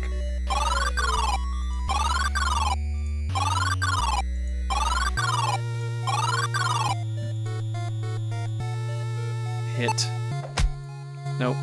Use cookie? Yeah. You lay the cookie on the ground. Before you can shout that you brought it food, the imp swipes up the treat. Yum yum, my favorite. Come inside. Yes, follow. Come catch me. The imp shouts, leaving the door ajar for you to follow. You sigh loudly, not excited by the ungrateful imp or the foreboding atmosphere of the lonely mansion.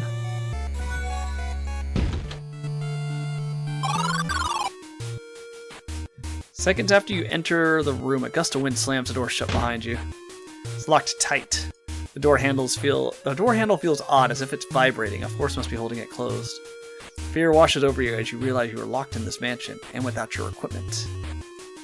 You must get it all back. This foyer would be inviting were it anywhere else but here. You see an unforgiving desert expanding to the base of a great mountain range. Although old and neglected, you can tell these doors were finely crafted.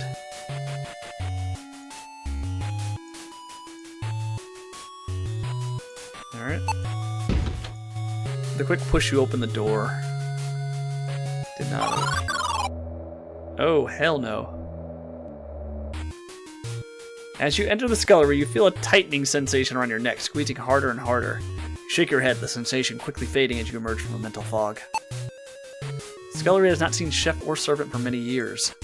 Judging by the dust covering the logs, you can tell that the flames from this fireplace died long ago. What's a scullery without a pantry, you wonder? You see a small keyhole in the door. Sadly, it's locked.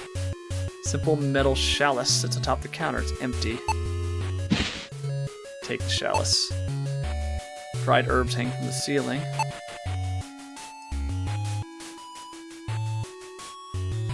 The wide view would be scenic if options weren't a rotting swamp or an inhospitable desert sand.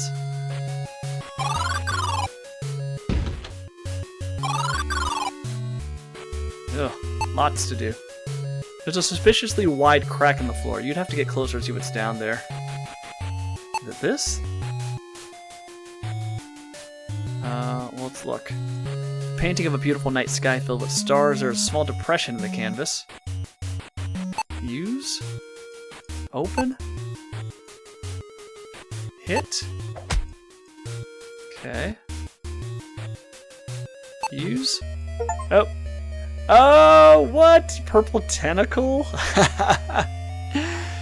As you kneel down and glimpse into the hole in the floor, a slimy tentacle reaches out from beneath the boards. That's gotta be Purple Tentacle, right? From Maniac Mansion? Yeah, no, that's definitely not a coincidence. It is instantly wraps around your neck and pulls you into the darkness below. What kind of maniac has a tentacle monster in their mansion? Love it. Love it. The adventure continues, but not for you.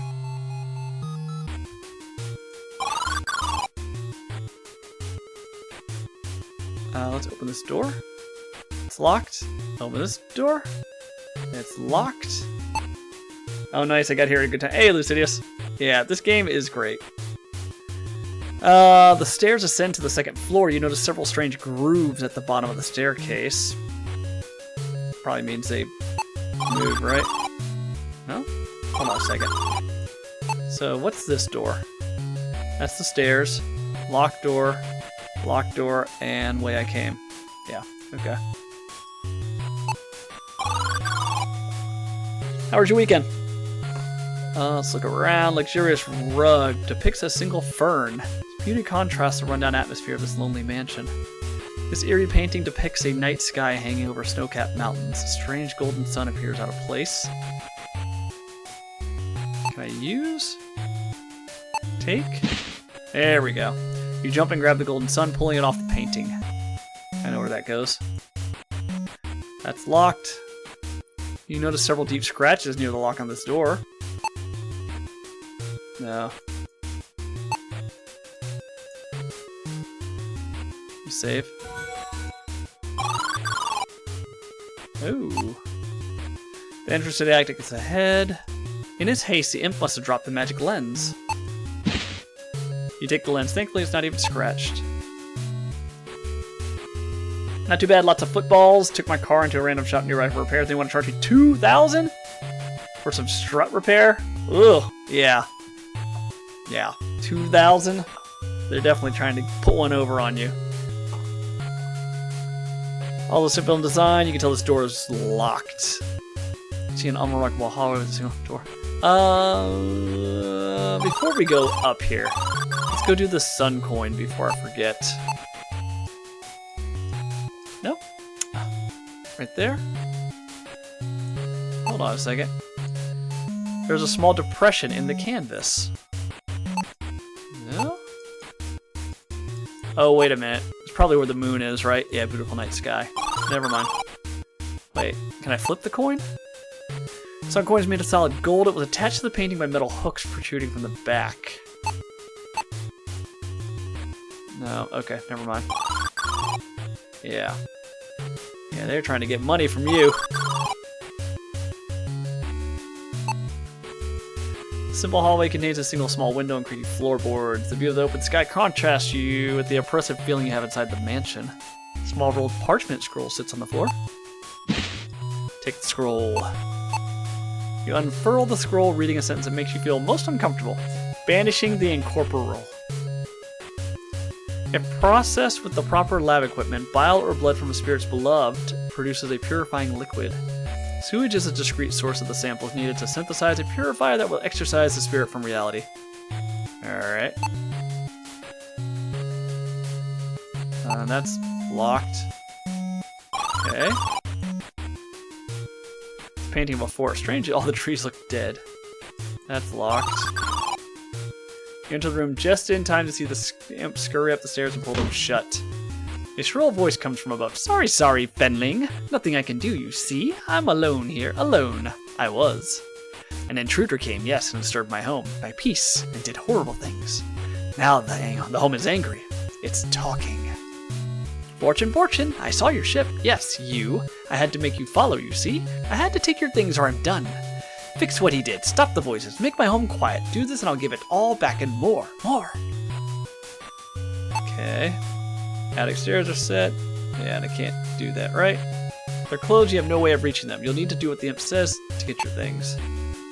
No, it's not safe. The voices are so angry. Go, Fenley, go. Or we are both doomed. Oh. Uh-oh. Okay.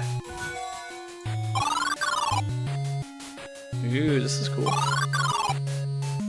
You slowly enter the room, noticing the air is frigid despite the roaring flames in the fireplace. With a blast of displaced air, a phantom straight out of your worst nightmare suddenly manifests in front of you.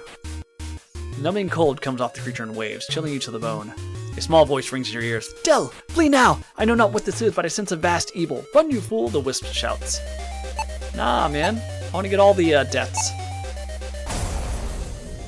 I'm just gonna hit him so he kills me. Before you can fully feel the fear clutching at your heart, the being lunges towards you. The chill of its deadly embrace quickly spreads throughout your body, numbing you beyond any physical cord you have felt.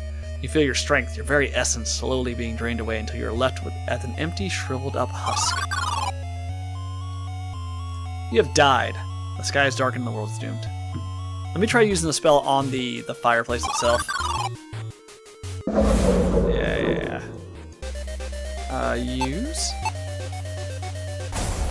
No. I don't think I have anything, right? Use a sun coin? No. Alright, let's get out of here. You dash out of the room, your heart pounding inside your chest as you gasp for air. By the might of the One, what was that? You whisper, thinking of every man or fantastic creature you know. Your mind is gripped with terror as you realize this phantom is unlike anything you've seen. The thought disturbs you greatly. Alright.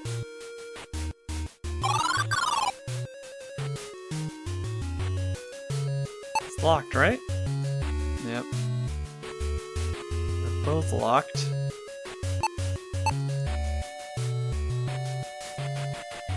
Now can I use the sun coin, maybe?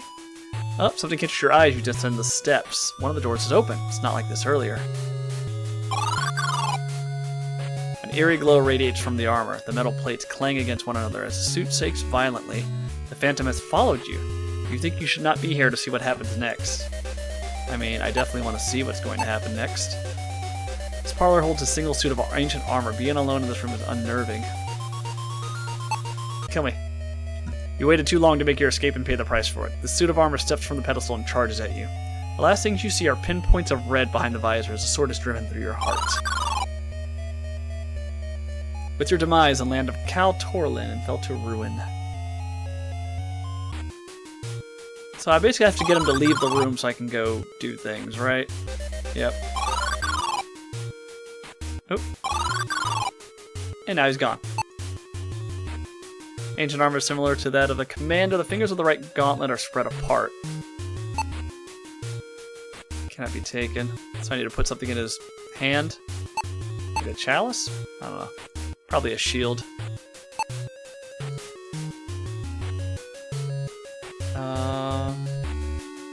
Yeah. Does this do anything? I don't think this does anything. No. Take? No. It's locked. Let's see if I can go back up to the laboratory. Yep. Okay. Sofa has thick leather cushions and made of solid wood. It must have been very expensive. Sofa and large fireplace make this room feel cozy despite the haunting atmosphere. Oh! Oh, I didn't realize I can go through that. One door, trapdoor is closed. There's a key. A basement key. You leap into the air, grab the key from the end. You stare at the key for a moment before you notice a pale light fill the room. The stag head is glowing! The phantom followed you here. Have the puzzles picked up in difficulty? Somewhat. Definitely not as hard as the original game.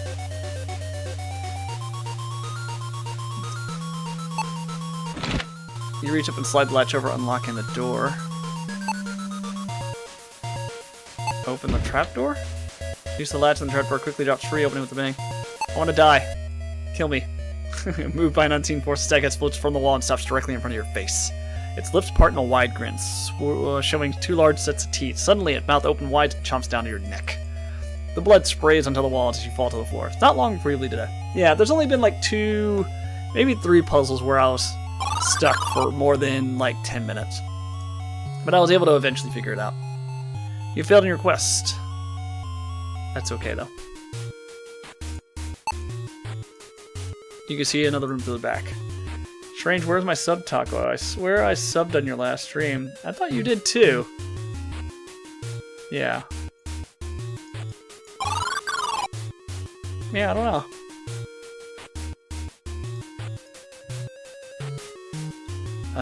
What is that? This torn parchment is another piece of the map. Gimme! Oh. Push the barrel. You pick up the piece of the parchment and find that it fits nicely with the piece of the map you've been carrying around. This will be helpful for getting around once you get out of this haunted mansion. Hey, look at that.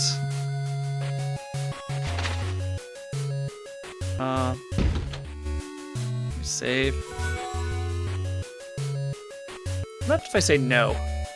Okay, it only lets me use one save slot. Oh, shortcut. Got it. Ooh, the hell? Yet again, you jumped into a hole without looking first. This time, you landed on a soft carpet covering a hard floor. Luckily for you, your back and tailbone took most of the impact. You're bruised, but still alive. Yeah. Unfortunately, there's no way back up. Yeah, I'm getting there.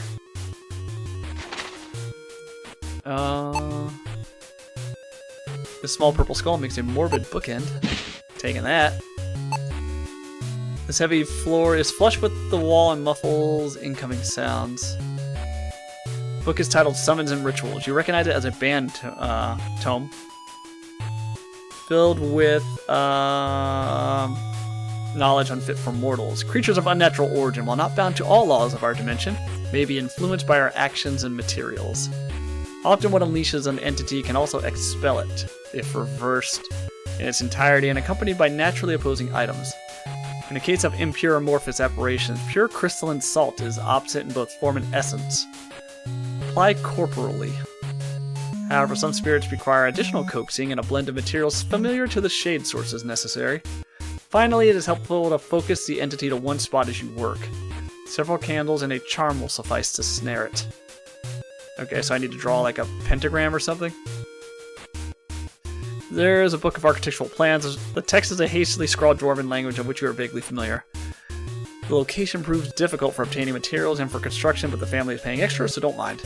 Why anyone would have been an opulent mansion here is beyond me. Something about invigorating atmosphere. You skip to an entry titled The Mere Mansion Status Update.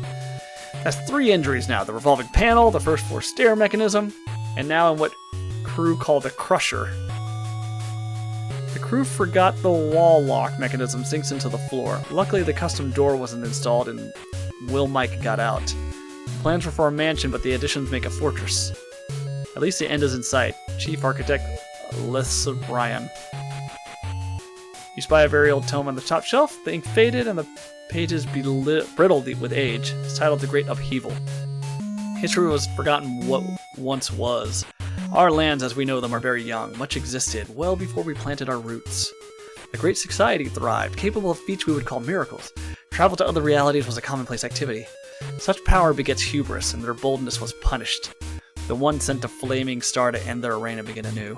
The star, called the Portent of Doom, wiped all but a few of their structures from existence.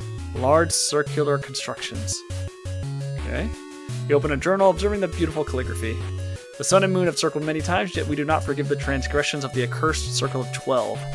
With their prophecy as false evidence and ignorant of his gentle nature, in their fear and hunger they took him. For what he may become, they slew him, because he was the most gifted of our line, more gifted than they. For aeons we served with honor as a king's mightiest sorcerers, yet in our time of need he looked away. Our line could not tolerate this injustice. We found a way with our sacrifice. We right this wrong. Our champion has come.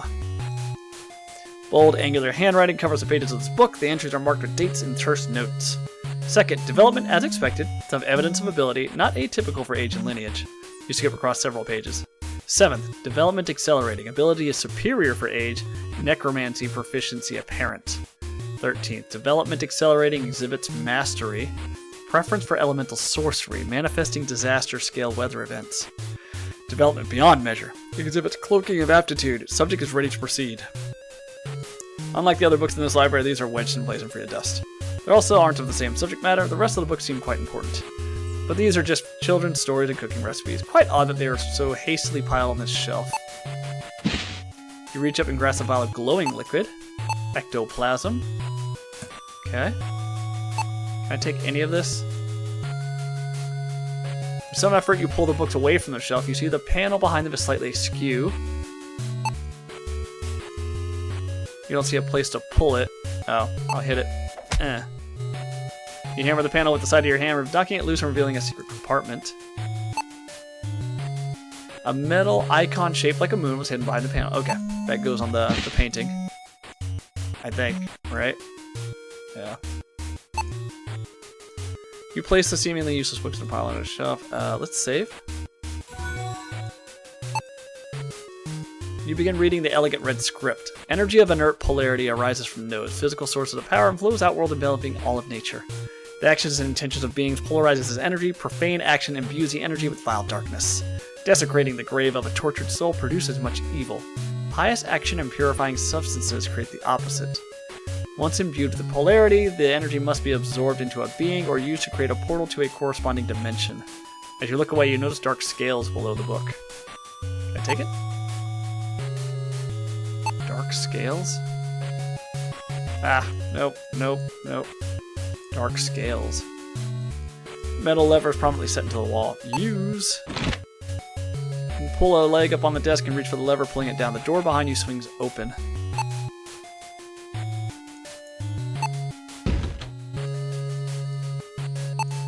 Where does this go? Wait a minute. Oh. Alright, let's use this moon here.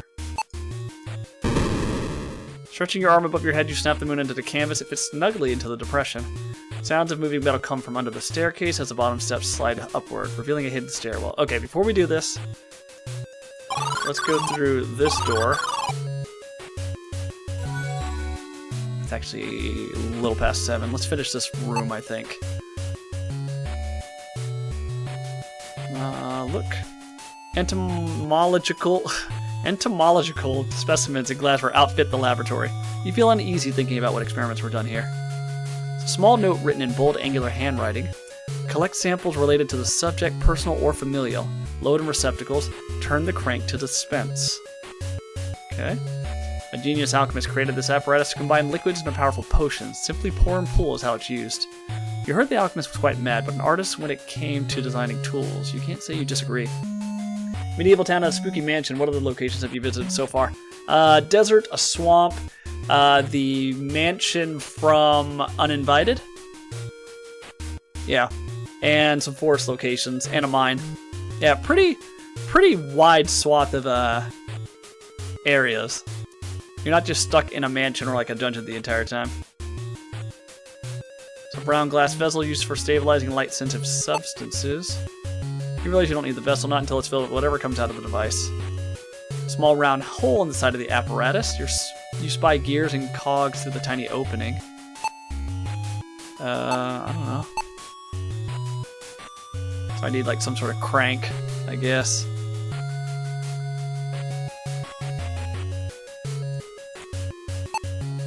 Yeah, the music is really good, man. It is on par. Let's save it. Ooh. Am I gonna die? As you walk towards the grave, a suffocating pressure wraps around your chest. The odor of dirt and earth fills your lungs. The smell clears and tightness fades as soon as it came. You gasp for air, wondering why you felt such terrible sensations. The hastily dug shallow grave lies empty. This corpse, bound tightly in wrappings, is partly buried or partly unburied. Either way, it's very likely not in its intended final resting place. An unsettling skull is carved into the tombstone. You see indentations in the eye sockets. I don't think I have. Hooks are attached to the back of the skull emblem. I don't know that. No. Open. Sun coin. No. Agree, the music seems very fitting. Yeah, it's whoever composed the soundtrack for this game did very well. Use. You crouch down and fight the urge to vomit as you grab the body and pull it into the grave. The decomposed corpse lies still in the grave. The dirt must be from the grave. Judging from the moisture in the earth, the blasphemous activity happened recently.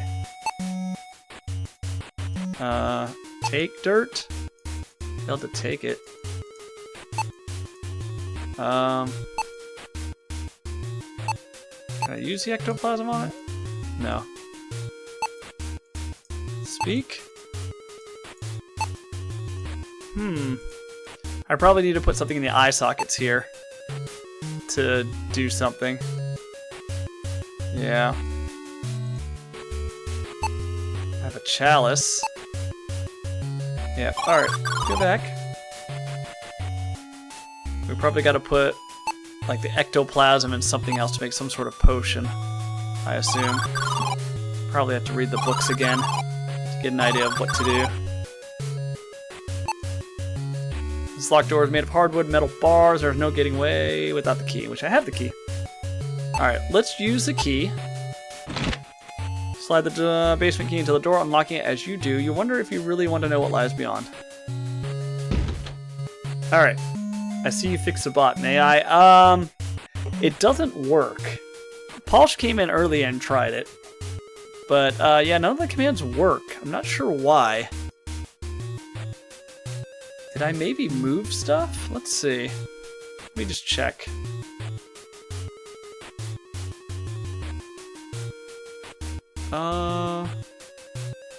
Oh, it didn't save my commands. It's weird. No, it did. It did. Command? No? Audio files? Hold on a second. The commands are there. Yeah. Files. Where would files be? Been a while. Sound files. Yeah, that's there. Do we need to find new fart stuff? No, I have them still. Just for whatever reason they're not tying to it. Yeah, I'll have to mess with it offline and see what's going on. But yeah, everything's updated. The files are there. Maybe like the path is broken. Maybe I changed the initial path. That's probably it. Alright. Well, let's talk to Wisp. There's a spirit haunting this house. The imp won't help us unless we get rid of it. Look for a way to dispel the phantom. Okay. Alright, let's save it. We got how far? 55% in about 2 hours and some change. So depending on what time we get to stream on Wednesday, we might actually be able to beat this game. I've heard 7 to 10 hours. So we'll see. We'll see. Alright, everyone. Thanks for hanging out. We'll be back on Wednesday and we'll continue playing Beyond Shadowgate. Yeah. Have a good one, Lucidius. I don't think we're going to... Nah, we're not going to raid. Alright. Have a good night.